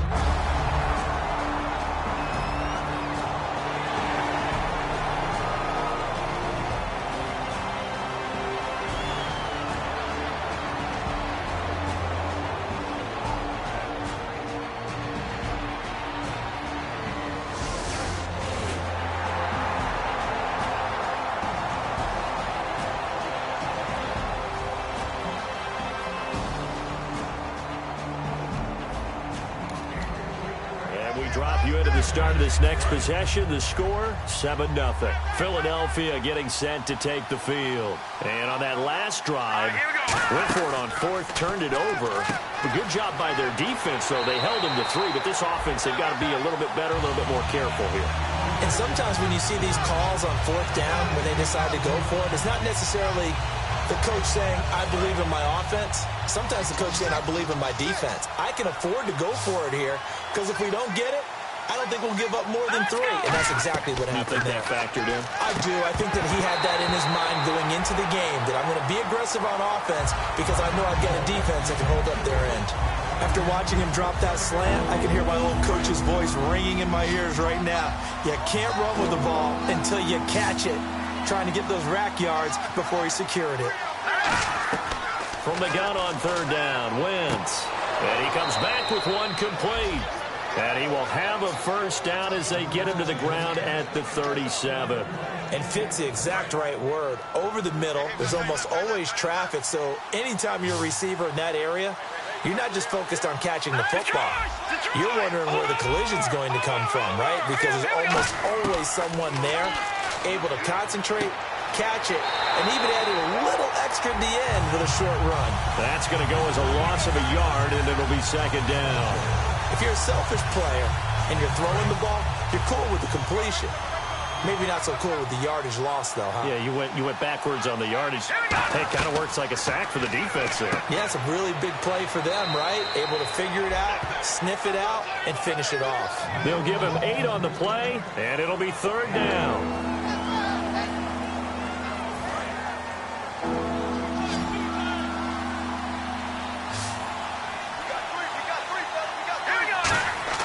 Play action. Now Wentz. And he'll be hit as he releases it, and that'll fall incomplete. Third down is a down. Both sides know they absolutely have to win. And the name of the game for the defense is pressure on the field. Looks like the defense in press coverage here. Here we go on fourth down with Wentz.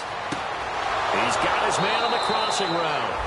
And he's going to get this all the way down inside the 35. Well, they picked up the first down, but I'm just going to say it. I didn't like it before the ball was snapped, and I don't like it now that they picked it up. Think about field position on their own side of the 50. They don't get it. They put their defense in a bad spot, and it's just not a decision that pays off very often. Well, it wasn't fourth and a yard. There was some meat on that bone. There really was. Fortunate to get it in that situation, but not a call I would make very often. So the offense has it 1st and 10.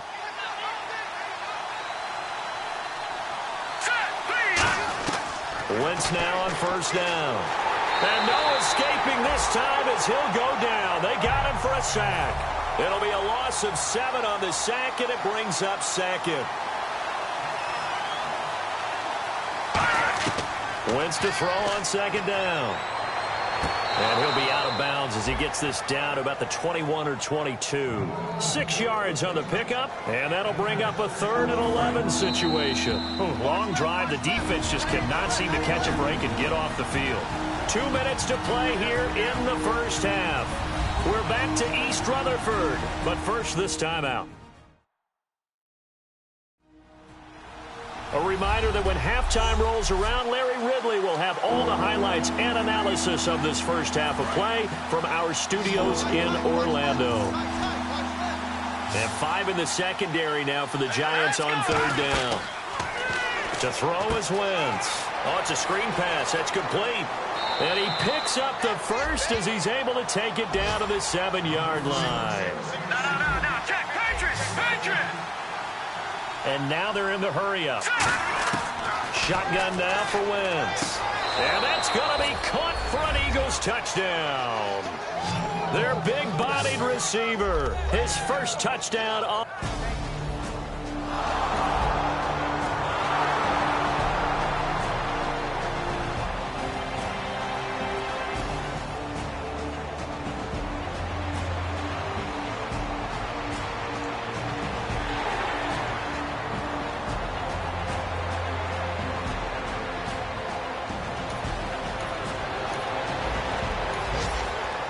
This offense will take over, and they will have the football at their own 20-yard line. And out now come the Eagles. And we'll see how this is played. Offensively, they've got the lead. Not a whole lot of time left. What do you think, Charles? Well, it's tempting to try and add to your lead, but a mistake there, that could change things in a big way. I say go ahead, take the knee, get on out for the half.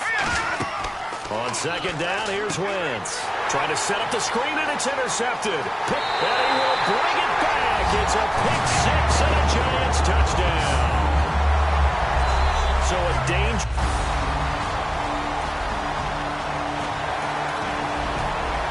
So the football will be at the 25-yard line as this offense gets set to take over. And now the Eagles offense back out onto the field. And we'll see how this is played. Offensively, they've got the lead. Not a whole lot of time left. What do you think, Charles? Well, it's tempting to try and add to your lead, but a mistake there, that could change things in a big way. I say go ahead, take the knee, get on out for the half. And on 2nd and 10 now.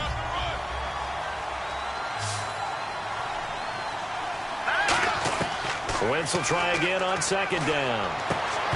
And the hit jarred it loose. It's incomplete. So still a full 10 yards to go here for the offense on 3rd down. All right, here we go. Now Wentz on 3rd down. Oh, a battle for it here, and this will be caught. Now whistles come in. We're going to get a timeout here by the offense. It's just their first, so they'll have 2 remaining here before we get to halftime.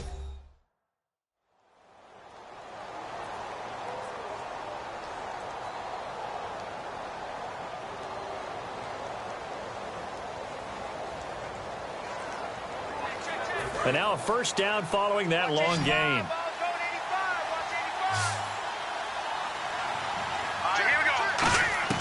On first down, Wentz. And the tip there altered the ball flight, and it falls incomplete. It'll be 2nd down. I think the defenders have to feel pretty good. Even though the ball was tipped in the air and could have become a big play for the offense, they actually won one because the guy flinging it today, he's having quite the performance. Couple touchdown passes. Oh. Now hold everything here. We're going to get a timeout by the offense. So that means they're down to 1 remaining here as we head toward halftime.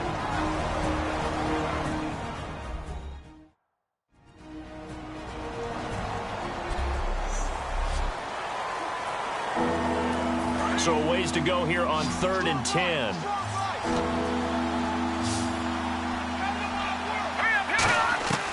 Wentz to throw again. He rifles one that's intercepted. A great read, and it's picked off. And his guys have got it back at the closing stages of the first half.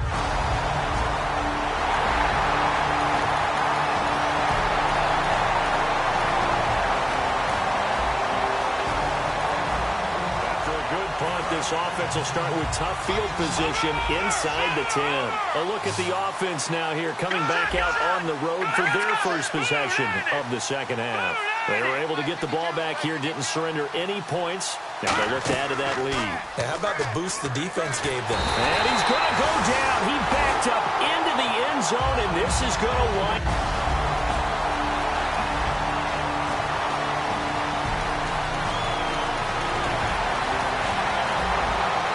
Football will be at the 25-yard line as this offense gets set to take over. Here comes Eagle offense now as they get set to take over here. And the last time they had the football, they surrendered 2 points on the safety. They don't want to do that one again. No, not at all. It's almost like a bases clearing double, isn't it? Give up a couple of runs. Sure. just messes things up for you offensively. But now they've got to go ahead, take it, set it aside, and move forward. Now a play fake. Wentz. A hit as he throws there, incomplete. You got to give some credit. They're able to hop up in the air and bat that one away. And that's frustrating for an offensive lineman because the only recourse is when he goes in the air to try and get some type of pop or a shove, hoping to bring his arms down. On play action, Wentz. Oh, the ball comes out on the hit, but they'll say it's incomplete. So much of this game is about leverage. We always talk about low man wins in the trenches. Well, it's like that at just about every position. And sometimes, if you lose that leverage and you're losing the battle, just jump up at the line of scrimmage and try and bat the ball away. And that's exactly what happened there. Here we go now. They do go for it. It's Wentz. And he's brought down. Can't do anything with a football. It's a sack and a turnover on downs.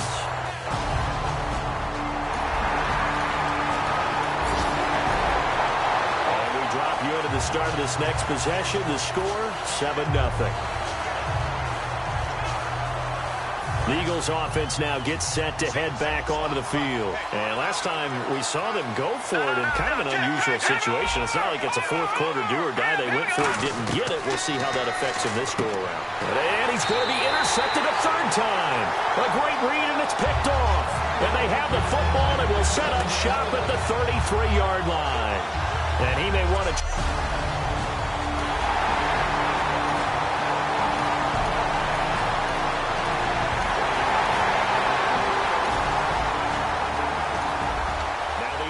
back out onto the field as they'll take over here in the final minute of this third quarter.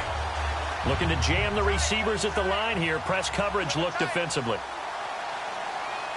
Here we go now. Now Wentz to try again after the pick six. And a quick throw here that's complete. And brought down, but not before reaching the 45-yard line. Back now here at MetLife Stadium. It's the Eagles behind on the scoreboard, but with the football here as we start the fourth quarter. Wentz now on first down. And no escaping this time as he'll go down. They got him for a sack. Olivier Vernon in there to bring him down for a loss of 7. Now Wentz throwing on second down. He's going to fire one deep, middle of the field. And incomplete there. A nice hit. Jars the ball free and brings up third down.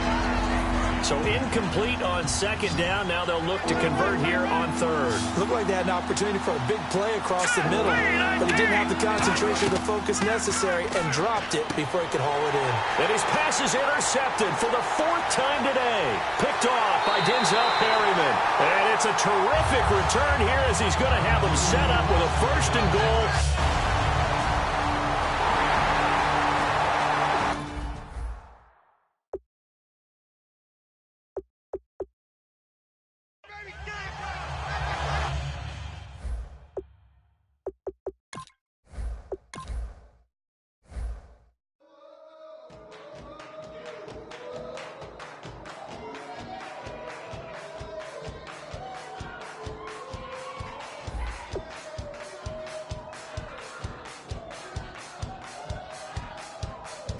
bet you thought that I would lay down and die. Whoa, no. Demon thanks spitting in my cup all night long. Will your tongue at my throne of power? Oh, no. I never for a second thought that I was dead. Oh, no. I never for a second let you into my head. Oh, no. I'll take a bow and I'll show you how to survive. I bet you die, you were the love of my life. Whoa, no. I bet you thought that I would lay down and die. Whoa, no.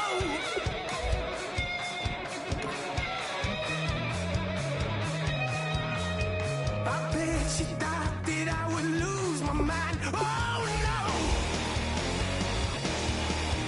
I bet you thought that I'd give up tonight. Oh, no. Bleeding knees, but honey, I can still cry. Oh, yeah. I'm going crazy to get out of this. Oh, yeah. I'll take a bow and I'll show you how to survive. I bet you die, you were the love of my life. I bet you thought that I would lay down and die. Whoa, no.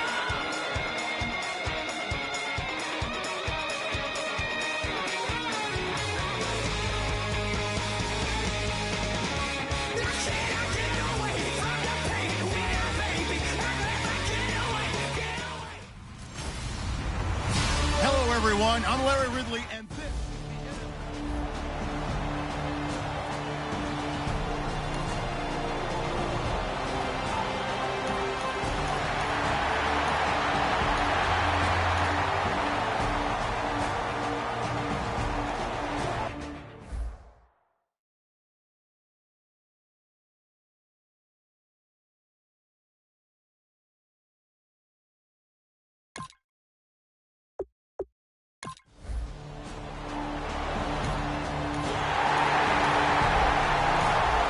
So the football will be at the 25-yard line as this offense gets set to take over.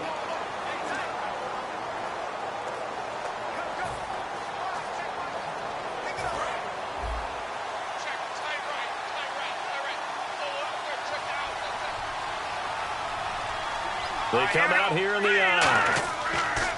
On 1st and 10, here's Wentz. Firing quickly here, and that's complete. And he's going to be out of bounds at the 39. A good gain of 14 there, and it moves the chains. That looked like a pretty good route combination there because you've got to find a way to clear the guy running the drag, because when you do, you can just put the ball on him and then let him run. Yeah, he's got some space. Wentz now on 1st down. Quick hitter here, it's complete. And he'll be taken down at the 46-yard line. It's an 8-yard pickup, and that'll make it a 2nd down. That time they hit him out of the slot on the drag. And that route takes some fortitude from the guy running it because he knows he's going through the briar patch, as I like to call it, right? He's trying to work his way through all that traffic. And he fires one that's intercepted. Room here to run. And he's free going down the left side. It's a foot race.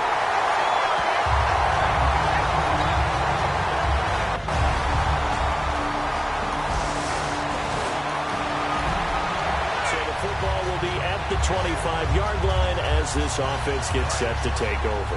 Philadelphia getting set to take the field. And following the interception, we'll see what they can put together on this drive. I hear my old college coach right now. He always used to tell us before every game, the team making the fewest mistakes will win.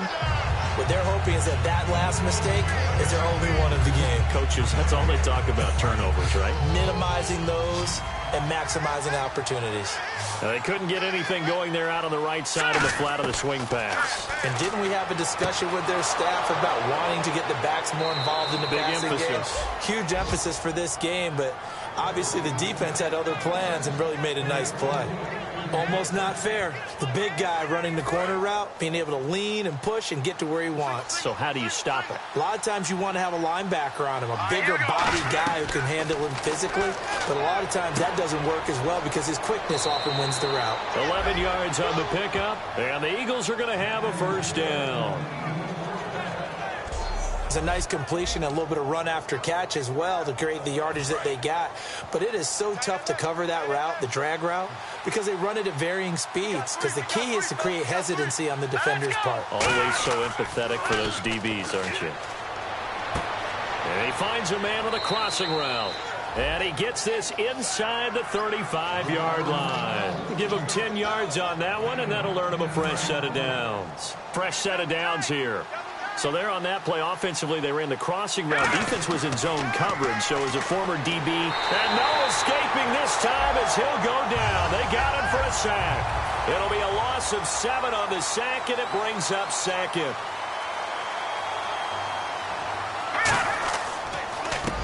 And they'll go on the ground. And they went the wrong way there. Losing yardage back at the 43-yard line. It's a loss of 2, now third down. Play action. Now Wentz. And he can't get away from the pressure. The Giants get there. It'll be a loss of 8 on the sack, and it's going to lead them to fourth down. Defense went 3-4. They got some push from the inside. And this is something in a 3-4 you don't normally get because the nose tackle who got the sack, he's usually responsible or ends up getting double-teamed and sometimes triple-teamed. How about him working his way back? He rifles one that's intercepted. A great read, and it's picked off.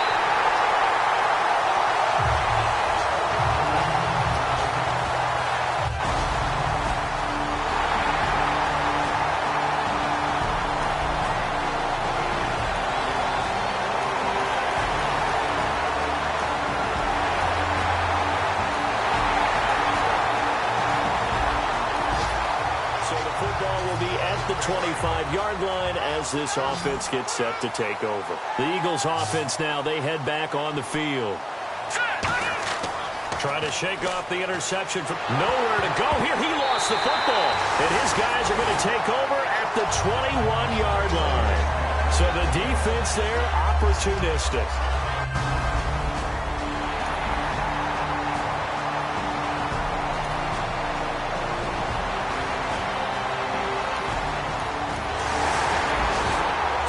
Will be at the 25-yard line as this offense gets set to take over. Philadelphia getting set to take the field. And the turnover last time, that's sort of been symptomatic of their struggles here in this one. Good word.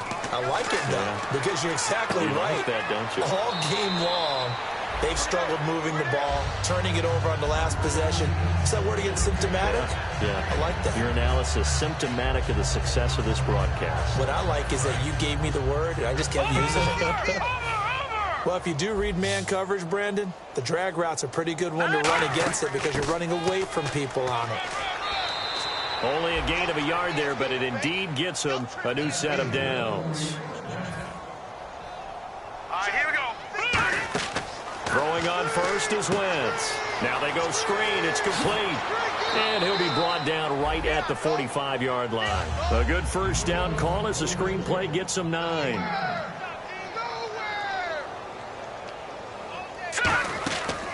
They'll run it now out of the gun. And this one's going to go the wrong way. Losing yardage back at the 42. So he loses 3 yards there. Now third down. When you put together a formula for winning defense, it's exactly what we're seeing in this game. Controlling the line of scrimmage, attacking, and changing everything so that now they're playing in the offense's backfield. They're playing an excellent game. All right, here we go. Wentz going to try and throw on third. And incomplete. The contact made the ball roam free and brings up fourth down.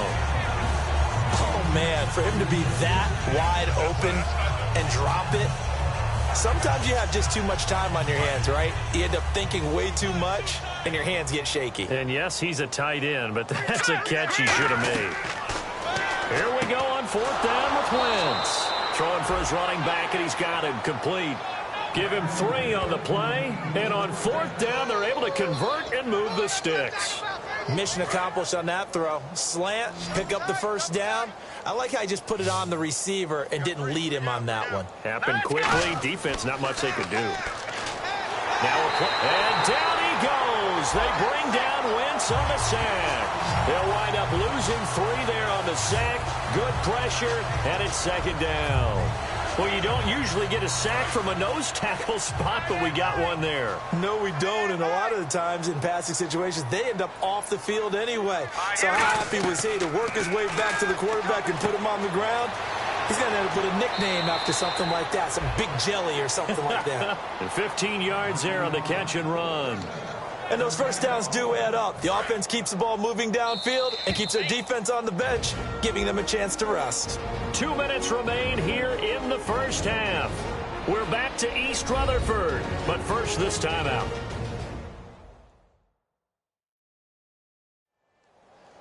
We remind you that coming up at halftime, Larry Ridley will have the highlights and analysis of this first half from our studios in Orlando. And I have a feeling those highlights will be pretty one-sided, too. I think you're right, partner. On first down, Wentz. He couldn't quite hold it. Got hit. Ball pops out, incomplete. It looked like they had something there, but I think that he was thinking about running with the football before he actually hauled it in, and that led to a big drop. Good. All right, here we go. Wentz will try again on second down. And a quick throw here, that's complete. That catch good for only a yard, and it'll be third down. The line to gain is the 33 on third down. And now it looks like they're going to be in the hurry-up. Now Wentz on third down. It's a short one here, complete to his tight end. Just a 5-yard pickup, and it leads to fourth down. One hallmark of good defenses is understanding the game, understanding positioning, and tackling immediately in the secondary after catches. I think we just saw that on display right there. Got to him before he ever had a chance to think about turning it upfield. Wentz now to throw. It's a short one here, complete to the tight end.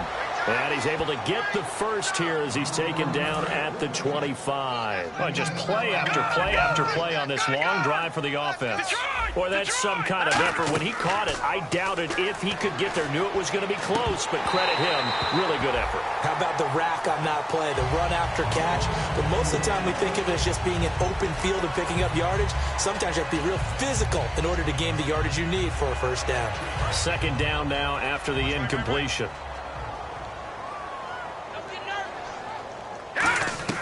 Back to the air on second down. Wentz firing quickly here, and that's complete. They'll get 9 there as that sets them up better for third down. When you see zone defense and you know you've got a drag route on as your primary call, you got to be really careful as a passer about how far you let your guy go because he might wander into some tough coverage. Play action. Now Wentz. And no escaping this time as he'll go down. They got him for a sack. Now the Giants will stop play as they take a timeout defensively. It's just their first, so they'll have 2 remaining here before we get to halftime. So they're going to come to the line here, and it appears trying to go for it on fourth. Wentz going to go on fourth down. And he's brought down. Can't do anything with a football. It's a sack and a turnover on downs.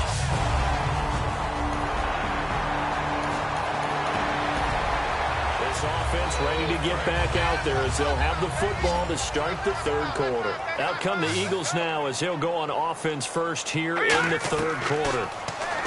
To throw, it's Wentz. They come out here with a 0 on the scoreboard. What was said in that locker room? That's what I want to know. I would love to have been in there because we often have the feeling that there's a lot of shouting, screaming, people upset. But typically, halftime locker rooms are a lot more clinical than that. And in this case, are they upset that the plays weren't working because of execution, or did they think that they were just bad plays to call? Yeah. We'll find out pretty quickly here if they feel like they had something going, but they just need to do it a little bit better or not. We'll find out. It'll be a gain of 8 yards, and it's a second down. Looked like a pretty good, safe play right there. No, he's had trouble with the interceptions in this game there. Hits his guy out in the flat. Yeah, so many times we hear quarterbacks and offensive coordinators talk about in your progressions, you're either throwing the touchdown or you're throwing the check down. But earlier in the game, it was touchdown or interception. Now he got to the check down, a nice safe throw, and a good one. And that'll be incomplete. It appears that the pressure is affecting him today. Normally, he knows exactly when to get rid of the football, but today, because he's been hit a few times, he's getting rid of it a little bit too quickly. And the offense looks to pick up the first here on third after that incompletion. Wentz looking to throw on 3rd and 2. And he fires one, but incomplete. I'm not sure we could spot any tendency here on this 3rd down. They could have run it or passed it. Either one was available. They chose to try and get it through the air, but they were unsuccessful. And how about the call here? They need 2 yards in their own territory on 4th down, and they're going to go for it. We got 3. We got 3. 3-19. They do go for it. It's Wentz. And it is incomplete. Boy, a curious decision to go for it. Doesn't pan out. And the Giants are going to take over in great field position. Being just short of midfield, they decide to take a crack at it on 4th down. They don't come through. Sometimes it's just showing confidence.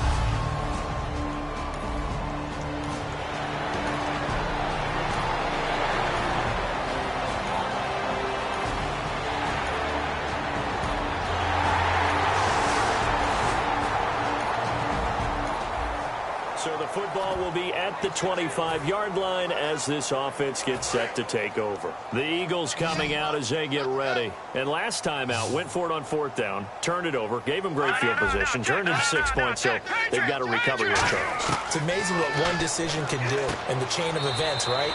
The decision to go for it on 4th down. Caused all of that. It caused every bit of it, but it showed confidence. Hey, I've got confidence in you guys. Go pick it up for them. Didn't happen. Also showed confidence in the defense. They didn't pick up their end of the bargain, so now they've got to come back out and start over and rebuild that confidence. All right, here we go. Wentz now on 1st down. Ertz has it left side. And they get him down, but not before he takes it across the 40-yard line. And they're going to hurry back to the line now. On 1st down, Wentz. Finding his safety valve here. That's complete. Nothing on that one. It'll be 2nd down. Brandon, just mark that under the category of just not successful. Trying to throw the ball, just didn't work on that one. Completed it. No yardage. And he takes a shot on the release as this will be incomplete. And there's a good opportunity to just want to ride there. A drop pass. I guess that's why they call them running backs and not catching backs. And on 3rd down, a nickel formation here defensively. Now Wentz. And he's got his man in stride, complete. They do get 9, but it leads to 4th down. Still just the 3rd quarter, but they've got to make something happen. I think they know that. They're going for it on 4th. They'll go for it. It's Wentz. He's got his man on the crossing route. And he'll take it into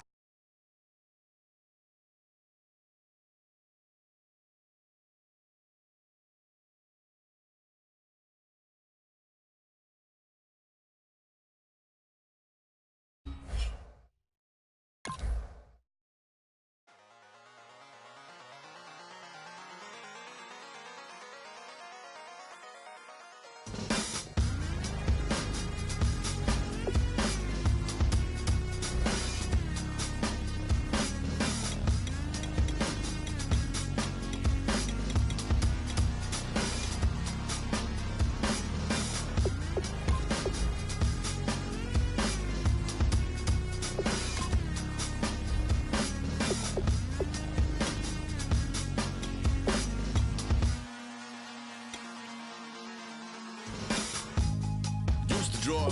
Hard to admit that I used to draw. Portraiture in a human form. Doodle of a two-headed unicorn. It was soothing. Moving his arm in a fusion of man-made tools and a muse from beyond. Even if it went beautifully wrong, it was tangible truth for a youth to refuse to belong. No name nuisance. Stews in a bedroom. Booze in a brand new cuneiform.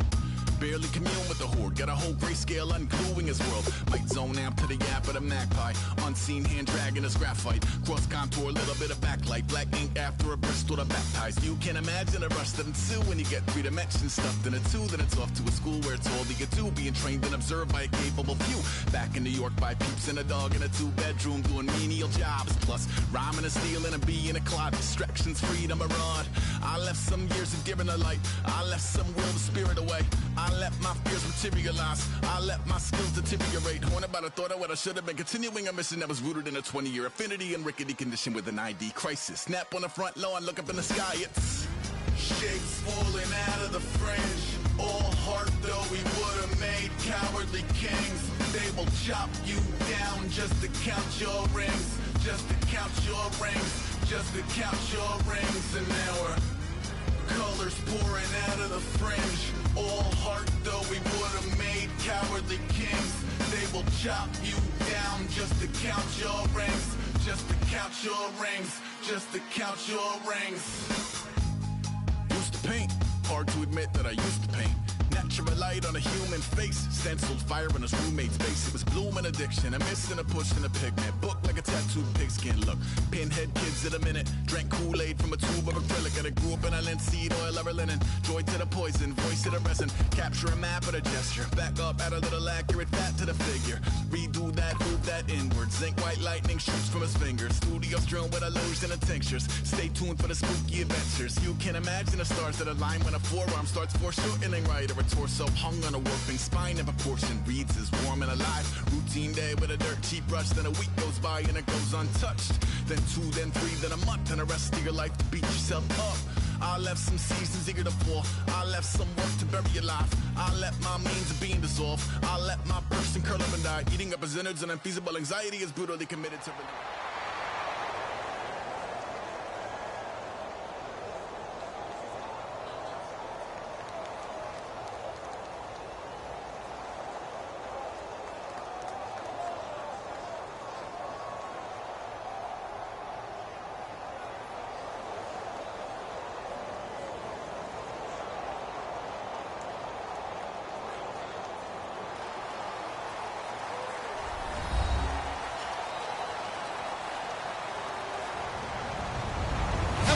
I'm Larry Ridley, and this is the NFL on EA Sports. As we head towards kickoff, 2 quarterbacks will be on the field today trying to push their team to victory. It's Dalton's Bengals going up against Manning's Giants.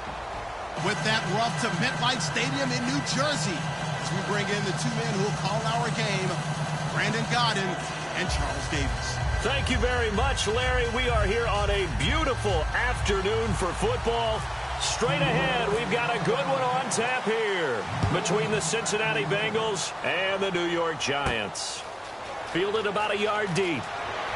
And he'll take it back to about the 19-yard line.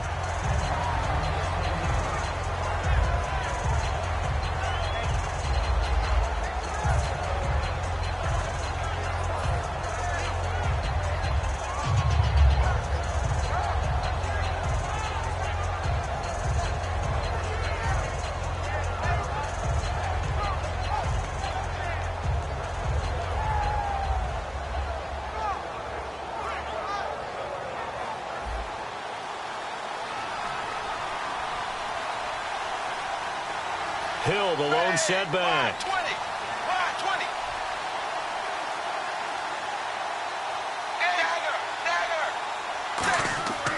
20. He's going to get the football. Just a yard on the first down carry, so it's 2nd and 9. And the offense trots out onto the field. And A.J. Green is an absolute playmaker on the perimeter for his team.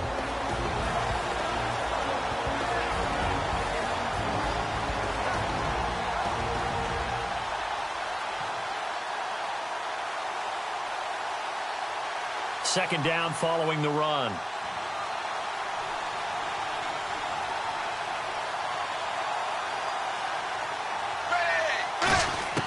It's 2nd down. Dalton looking. This one grabbed by A.J. Green. Partner, I was working the Buffalo game when A.J. Green got hurt on, I believe, the 2nd snap. and never came back. A hamstring injury, couldn't finish the season, fell just short of 1,000 yards, which is something he does each and every year. And that broke his streak of 5 straight 1,000-yard seasons. So you're right, he does do it every year. That was Week 11 against Buffalo, wasn't it? Week 11, unable to make it back, but still voted to the Pro Bowl.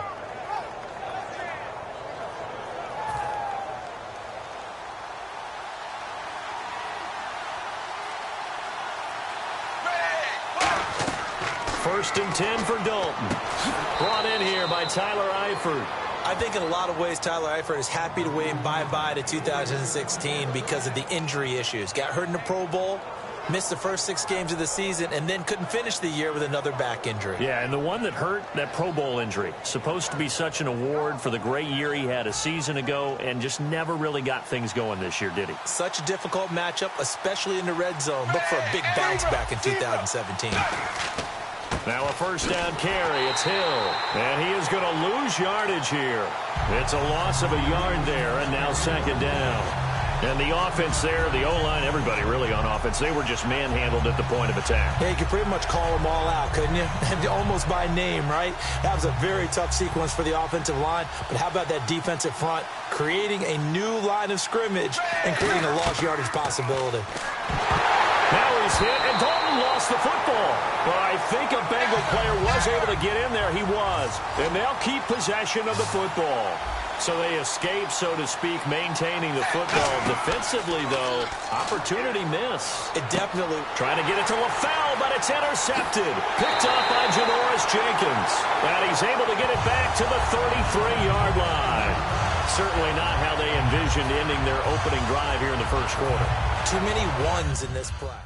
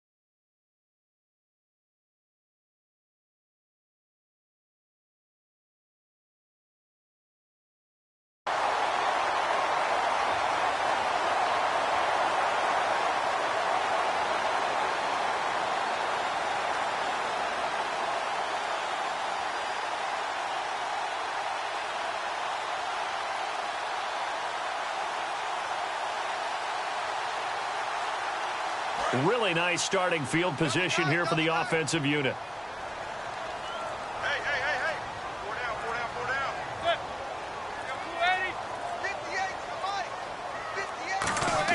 58. So after the INT, it's Manning. And his first pass is incomplete. Will tie the intended receiver. And now it's second down. Offensively, the starters for the New York Giants, and one guy that's definitely hoping to stay on the field more this year, Victor Cruz. And they would love to have him on the field. Just 6 games played over the last 2 seasons, starting with that horrific knee injury. And then he came back last year, had a calf injury that sidelined him for most of the season. He's trying to get back in form, and the Giants would love to see that. The defensive starters now for Cincinnati. Ray Maluga competes very hard as a linebacker. Very difficult to block and keep out of the play.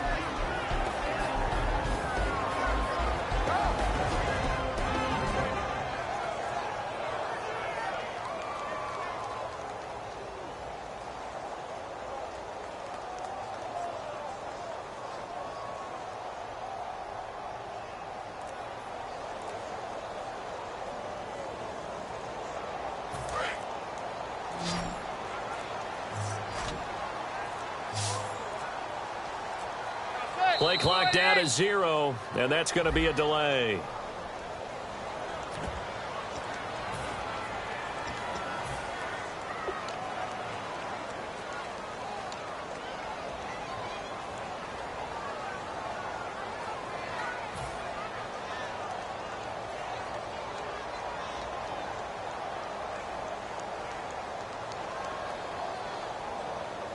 A long way to go here for the offense on third down after the penalty. 3rd and 15. Flex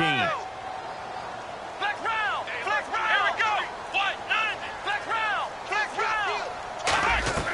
Back to throw here. Blitz coming, and down he goes.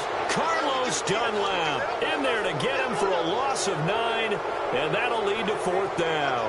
Well, they went with the nickel. They throw in an extra defensive back. Coverage was very good. Yeah, it was exactly as you would expect. A passing down, you bring in the nickel package.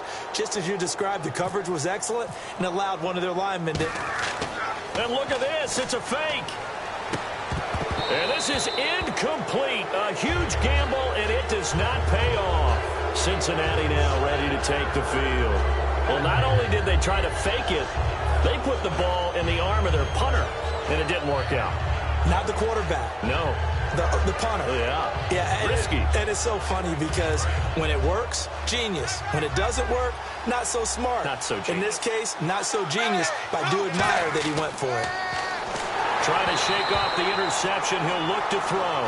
His big tight end, Tyler Eifert, the intended receiver. Charles, for the Giants defense here, looking forward to next season. What do they need to improve, and where are they solid? I think that they'll want to continue to get better at the linebacker position. I think they want to add another pass rusher because Olivier Vernon, who was a free agent pickup in 2016, did a tremendous job coming off the edge. I thought they really shored up their interior with Damon Harrison, a defensive tackle.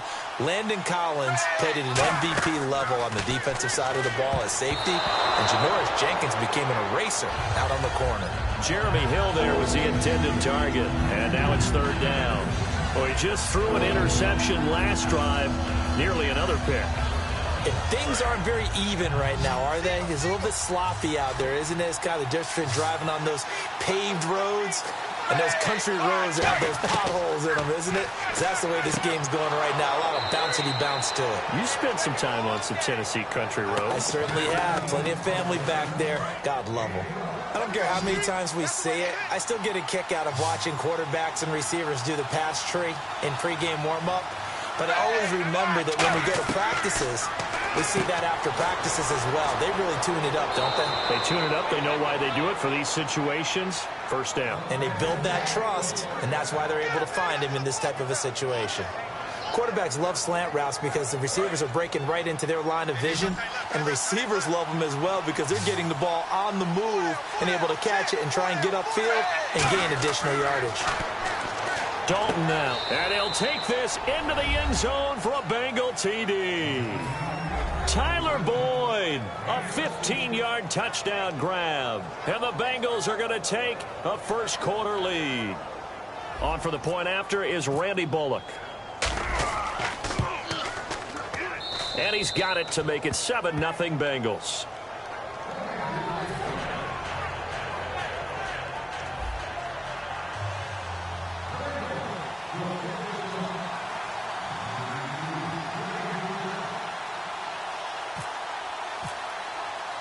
Now Bullock will send this one away after the touchdown. The return man here, Dwayne Harris.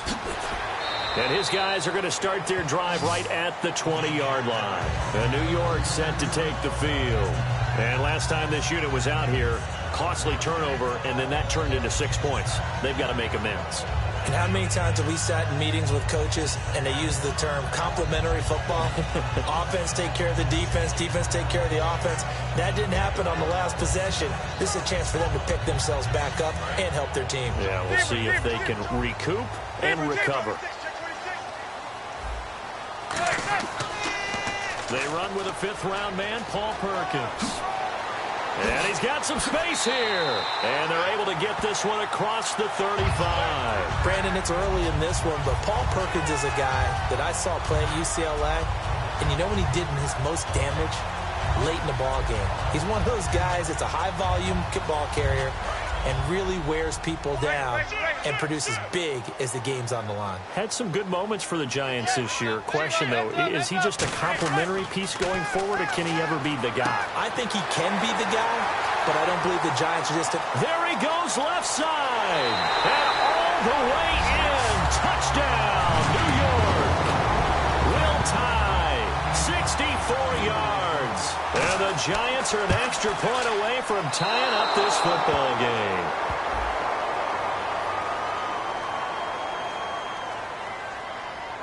So the flag is for roughing the kicker, a big 15-yard penalty. And I'm not sure that was the time to go all out after the kicker. Plenty of time left in this game. So now they'll try it again as they line up to go for 2.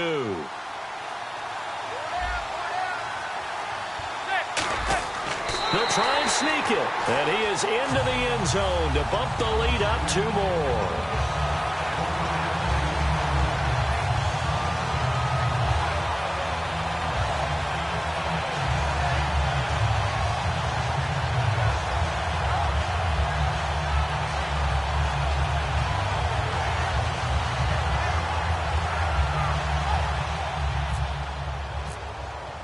After the touchdown, it's Robbie Gould now to kick it away.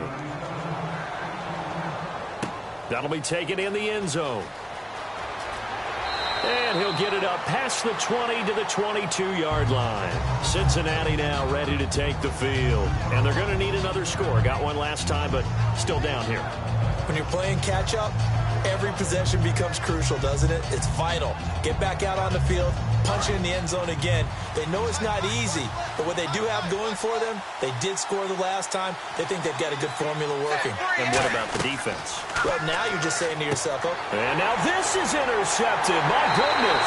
Picked off by Dominique Rodgers-Cromartie. And he's able to get it back to right around the 27. And New York set to take the field.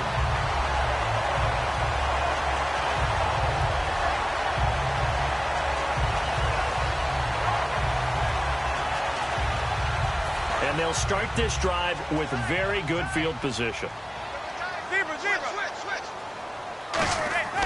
Manning now on first down. And this is caught at the 8. Here's a nugget, Charles, on OBJ. This year he had 101 catches. Now 288 for his first 3 years in the league. That ties him with his former LSU teammate Jarvis Landry for most catches for a receiver in their first 3 years in the NFL. And just think about it this way. LSU is known as a running back factory as well. So wide receivers coming into the league and doing the damage they're doing, absolutely incredible. But I do know this. OBJ will tease his former teammate and say, don't forget, we're tied, but I missed a few games my rookie year. If I played those games, I'd be way ahead of you. And he atones for his miss the first time around as this one is up and good to extend their lead. After the touchdown, it's Robbie Gould now to kick it away. This fielded a few yards into the end zone. And not a particularly good return here as they'll be forced to start at the 12-yard line. The Bengal offense now gets set to head back out onto the field. And last time wasn't pretty. One play and an interception. We'll see if they can do better. I want to see if they want to go ahead and throw the ball again now on this drive after what happened on the last one. Throw it on the first play. Give the quarterback some confidence. See what happens.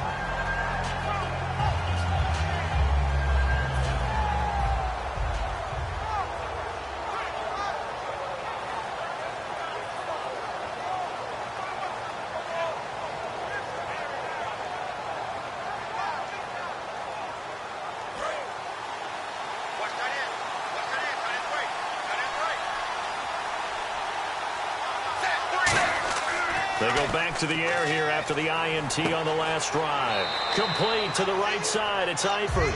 A gain of 6 there on first. So much goes into a successful play, doesn't it? How about that play action there? Freezing the defense just enough to swing the tight end free downfield for the completion.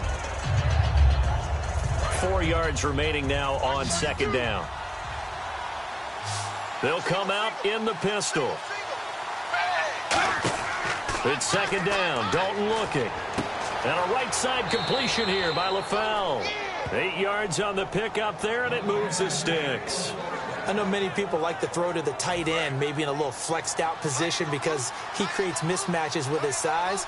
But slot receivers do the same thing with their quickness, their speed, and their route running savvy.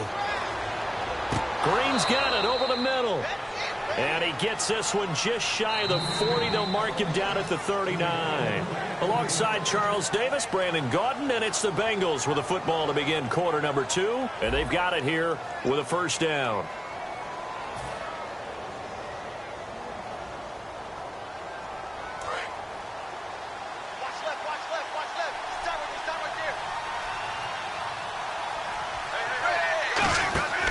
On the counter, it's Hill.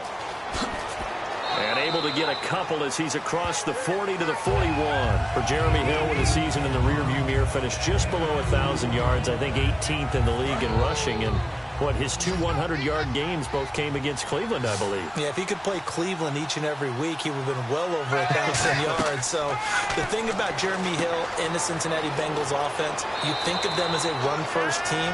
So to me, his 889 yards, disappointing, because I would have thought that that would be a higher number and an increased production from him. He's looking to do that in 2017.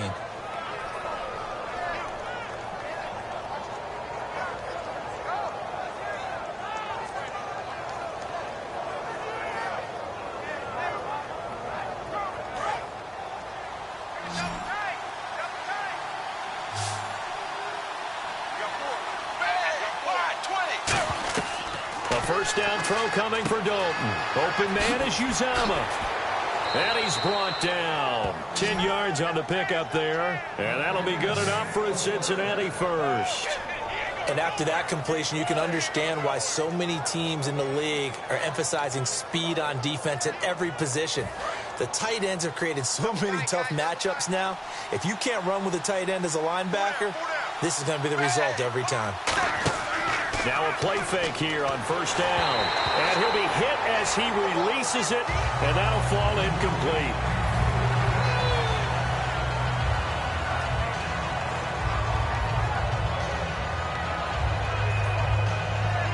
So the incomplete pass brings up second down.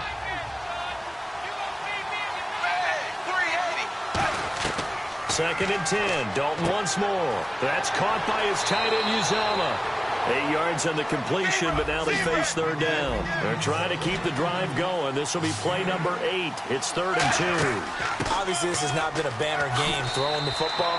So what you got to do, you got to kind of down focus, don't you think? Find the tight end, take some easier completions. Yeah, interception last drive. There he hits the reliable target. They go play action here on first down. Under pressure, and he'll go down. Back at the 26-yard line. Jason Pierre-Paul in there to sack him for a loss of 6. And this seemingly endless drive continues. The play fake to Hill. Dalton. Under pressure, they got him again. Jason Pierre-Paul in there again as he's able to pick up sacks on both first and second down. And the Giants will go with 6 defensive backs here on third. Andy Dalton. And he couldn't hang on to it through the contact. Incomplete.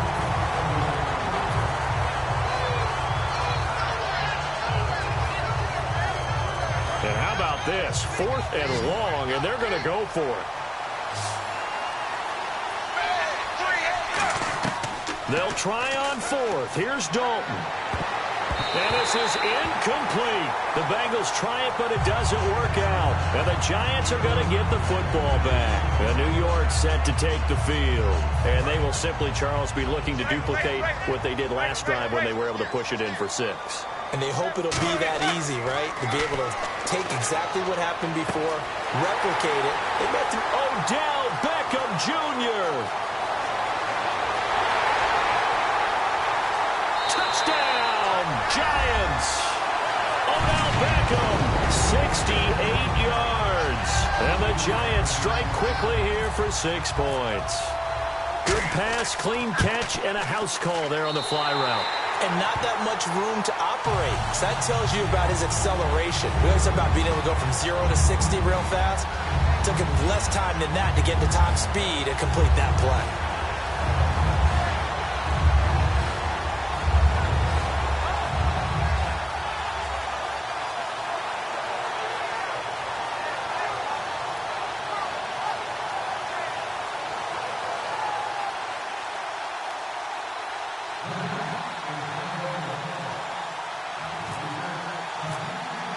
After the touchdown, it's Robbie Gould now to kick it away. This will be taken to the back of the end zone. And he will take it back only to about the 13-yard line here. Cincinnati now ready to take the field. They had a great drive going last time. They were moving the ball, and then all of a sudden it just stalled out. So we'll see what they can do here, Charles. And it's always easy to second guess when you don't get it on a fourth down try.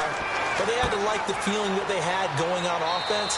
They want to continue to see if they can capture that again on this drive and maybe get in the same position. Yeah, and that's, I mean, like I said, they were moving the football. It's not like they went 4 and out, so I don't think it's a deal where the offense doesn't have confidence. No, I agree with you totally on that one. If anything, they may have gained more confidence. Okay, they stopped us once. That's all right. Let's keep moving it. Make them do it again. There are so many things to watch for when you play defense.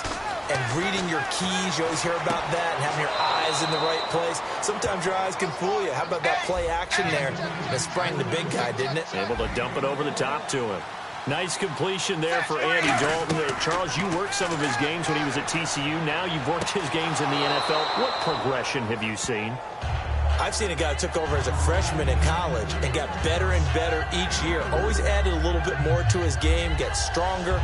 But the best part about him is he's always been accurate. Second down now after the pass completion.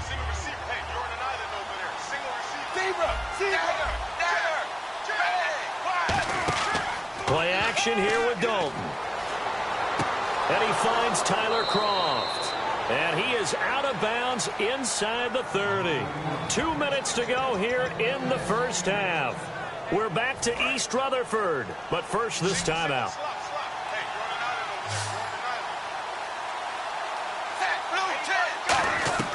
First and 10 for Dalton. And over the middle, it's LaFell.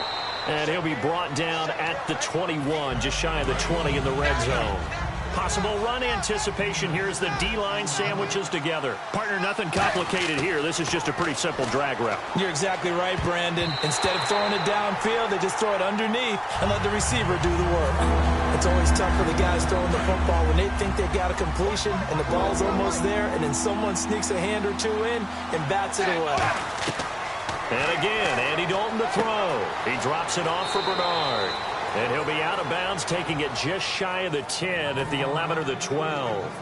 Well, they've had a great, impressive drive going here, and that pickup ensures the drive continues. And not only do you continue the drive, which is demoralizing for the guys on the defensive side of the ball right now, but and he will take it on in for a Bengals touchdown.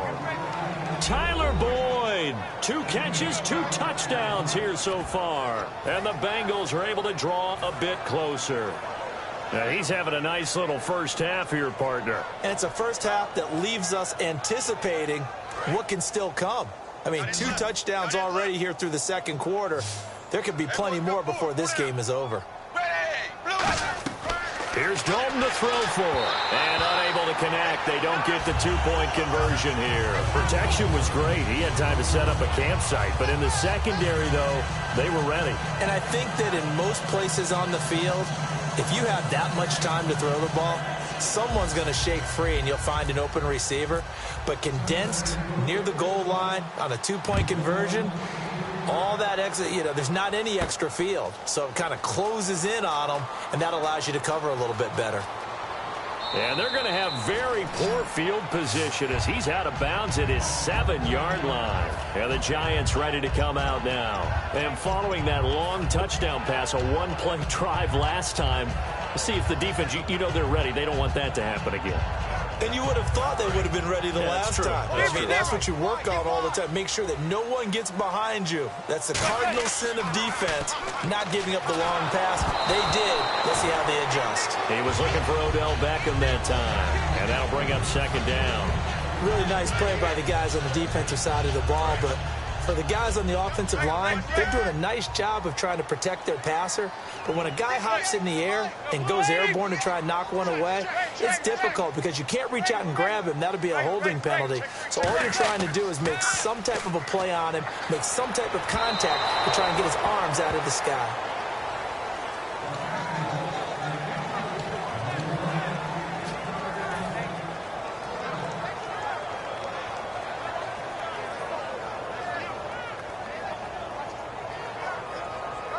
Defense has set themselves up nicely. 3rd and 10 now. They'll put 2 receivers left, 2 to the right. Throwing is Manning on 3rd down. And that's complete to Lewis. He got 18 yards out of that one, and it gets him a new set of downs. In recent years, the slot receivers really gained stature in the NFL because they could do so many things. Yes, they can line up wide like your normal wide receiver, but to have that kind of courage and toughness to run routes in the middle of the field and become dependable targets for their quarterbacks and move the sticks, those guys are worth their weight in gold. It's caught inside the 25. And all the way in. Touchdown, New York. Odell Beckham with his 2nd touchdown here in this first half. And the Giants add on to their lead. Gold to add the extra point.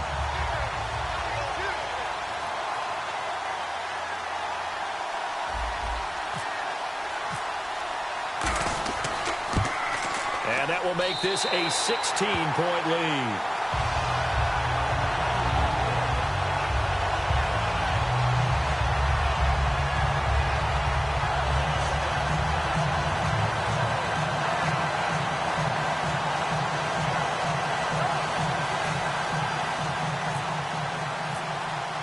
After the touchdown, it's Robbie Gould now to kick it away. This will be taken to the back of the end zone.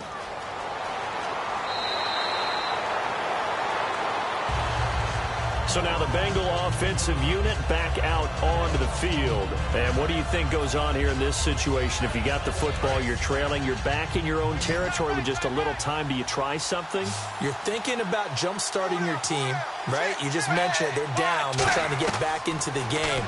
But you got to figure if something goes wrong, you may have put yourself in a spot where you may not be able to come back in the second half. Managing risk is a big decision here. They're going to hurry back to the line now. To throw here, Dalton. And a right side completion here by LaFell. Now whistles come in. We're going to get a timeout here by the offense. It's just their first, so they'll have 2 remaining here before we get to halftime. Watch 14, watch 14.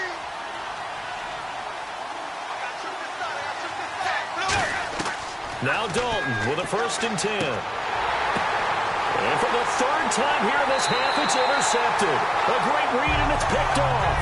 And this one will be returned to right around the 38-yard line. Now out come the Giants. And with time quickly fading here in the second quarter, not sure how aggressively, offensively they want to play this. I think we'll find out just how much they trust their guys in this situation if they decide to take a shot. The drive starts with a run by Perkins. He lost 6 there on the 1st down play. Whenever I go to a team's practice facility and watch them work, I love to watch the defensive guys in what they call pursuit drills. The ball goes either towards them or away from them. How fast will they respond? On this play, the defensive end responded better than anyone and made a really nice play. He's going to look deep down the field. And that's caught inside the 30. That's it for the first half. 2 more quarters to... Well, we're going to let you off a little easy there, LR. Halftime interrupted, and we are ready to get to this 3rd quarter.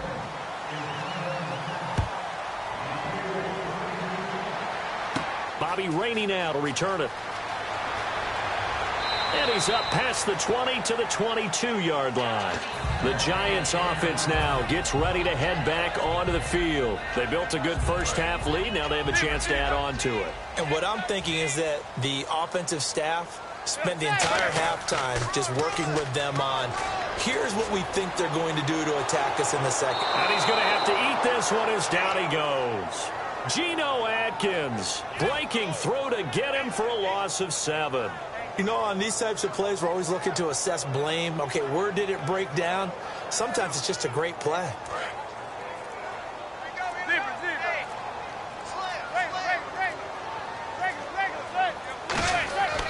On second down, Perkins. And down he'll go at the 25. It'll be a pickup of 10 yards. And they're going to face a third down. And quickly, they get to the line. In today's NFL, when you get teams in long yardage situations with your defense. And he lost the football.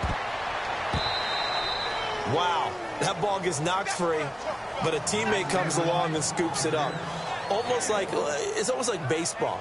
Guys at bat, people are on base in scoring position. One guy doesn't get him home. The next guy comes through and picks him up. And avoids the turnover. Here we go on fourth down with Manning. And he's got Will Tye complete. And he's got the first before he's brought down at the 39-yard line. And the Giants' all-time leader in passing yards and completions and touchdowns. Just another connection. No doubt about it. That's the Eli Manning we know. Pushing the ball downfield and with proficiency. Cruz has it over the middle. A good pickup there. 8 yards on the first down completion.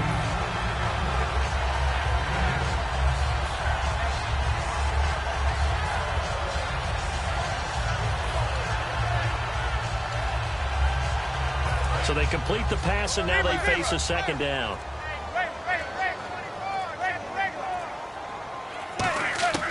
Manning going to give to Perkins on the draw. And he is going to lose yardage here. He lost 2 there, and it's third down. I'm not sure they could have had a better call there for the defense. Blitz was called, and they're setting up for a draw. When you're blitzing, you're likely to beat them to the punch because they're going to take a little extra time to set up. Talk about the offensive line. In this case, you'll get into the backfield before they can get set up. Throwing is Manning. Hits his target, the tight end, Will Tye. They call it a gain of 19, and it moves the chains. So he makes the grab, and the chains move forward. Nice job by the offensive line, giving them time to complete that first down pass. Offense walks to the line for play number 7 of the drive. Here's Perkins on first down. And he is swallowed up right at the line of scrimmage. Credit him with a 1-yard gain there to make it 2nd and 9.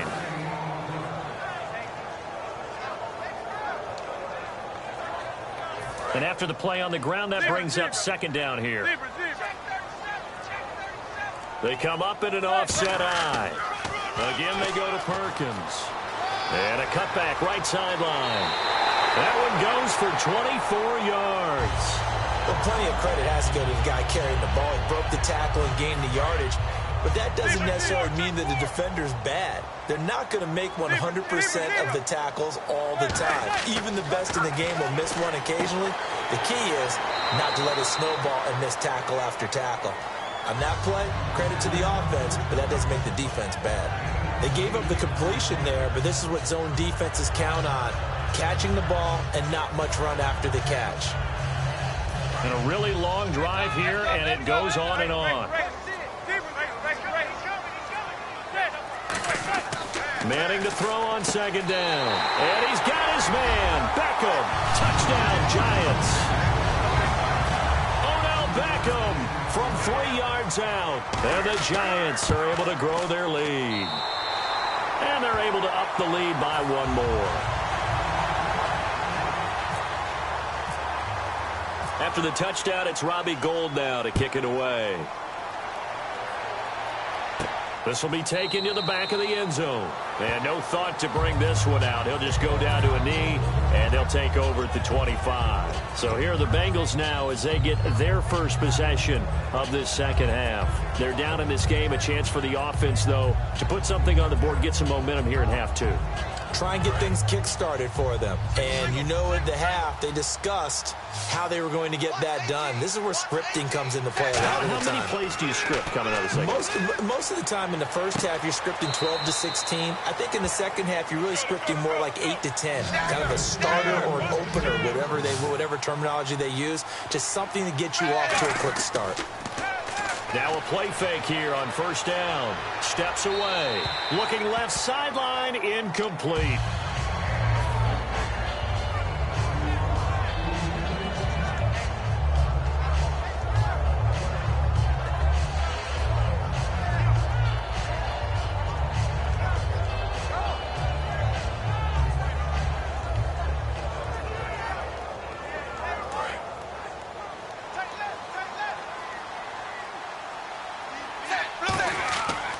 Passing again. Dalton on 2nd and 10. It's caught. Left side, Brandon LaFell.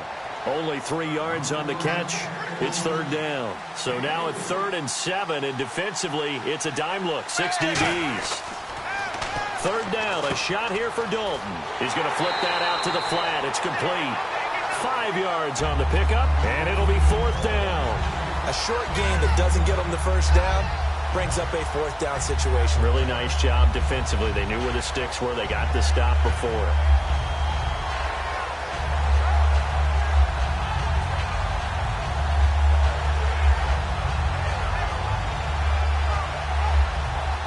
Marvin Lewis going to leave the offense out there.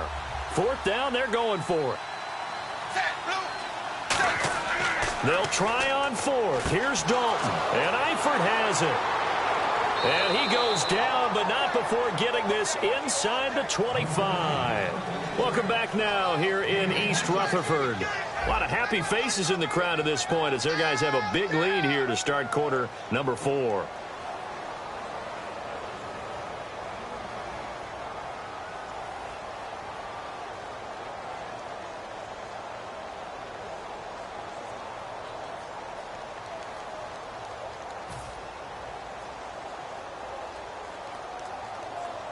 So after that big gain, let's see what else the offense has up its sleeve. A 1st down throw coming for Dalton. And over the middle, it's LaFell. That throw good for 4. It's 2nd down. And the defense with their backs against the wall a little bit here as the offense is in the red zone. Looking to speed things up here, going with some tempo. And again, Andy Dalton to throw. Flushed out right. He gets this one to Boyd. That catch good for only a yard, and it'll be 3rd down. Play number 7 now coming up on the drive. 3rd and 5. Another chance for Dalton. A hit as he throws there, incomplete. The tight end C.J. Uzama, the intended receiver, and it brings up 4th down.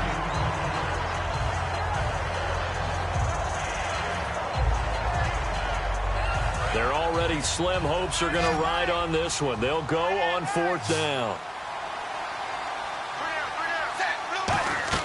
Big 4th down here. It's Dalton. And it is incomplete. Marvin Lewis tries for it, but comes up empty. And the Giants are going to get the football back. New York set to take the field. And that last drive, a long drive, but not just that. They had a great air attack going. Do they stick with that? I would think that they would, because if they were confident enough to do it on the last drive. Nowhere to escape, and he goes down. Ray Malaluga coming hard on the blitz. He dumps him for a loss of 8. Now, how about that?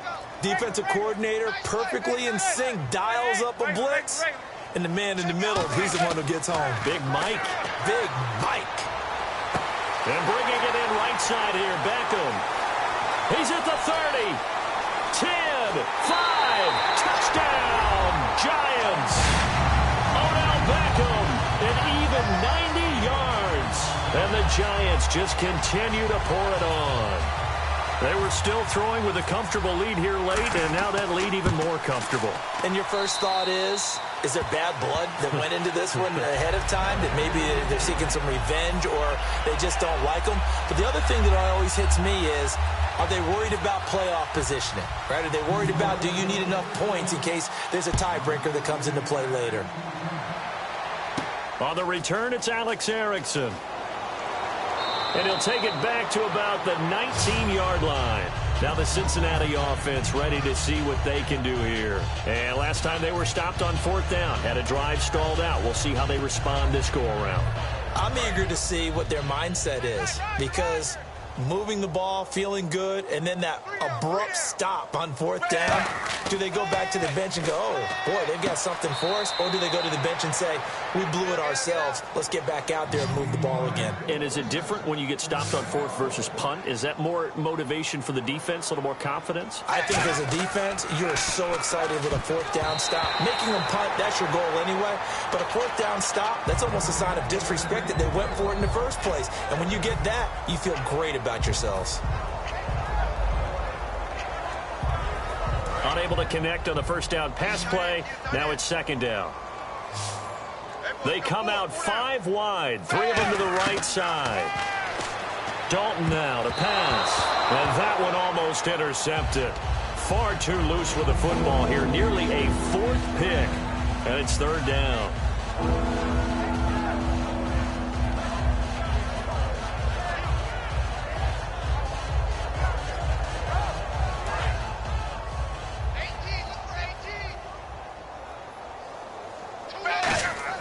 Third down, a shot here for Dalton. He completes it to Boyd. They stop him for only 3 that time, and that'll bring up 4th down. A critical one here if they're going to have any shot at this thing. So they'll go for it on 4th down. Got to try it under a heavy rush, and down he goes. B.J. Goodson leading.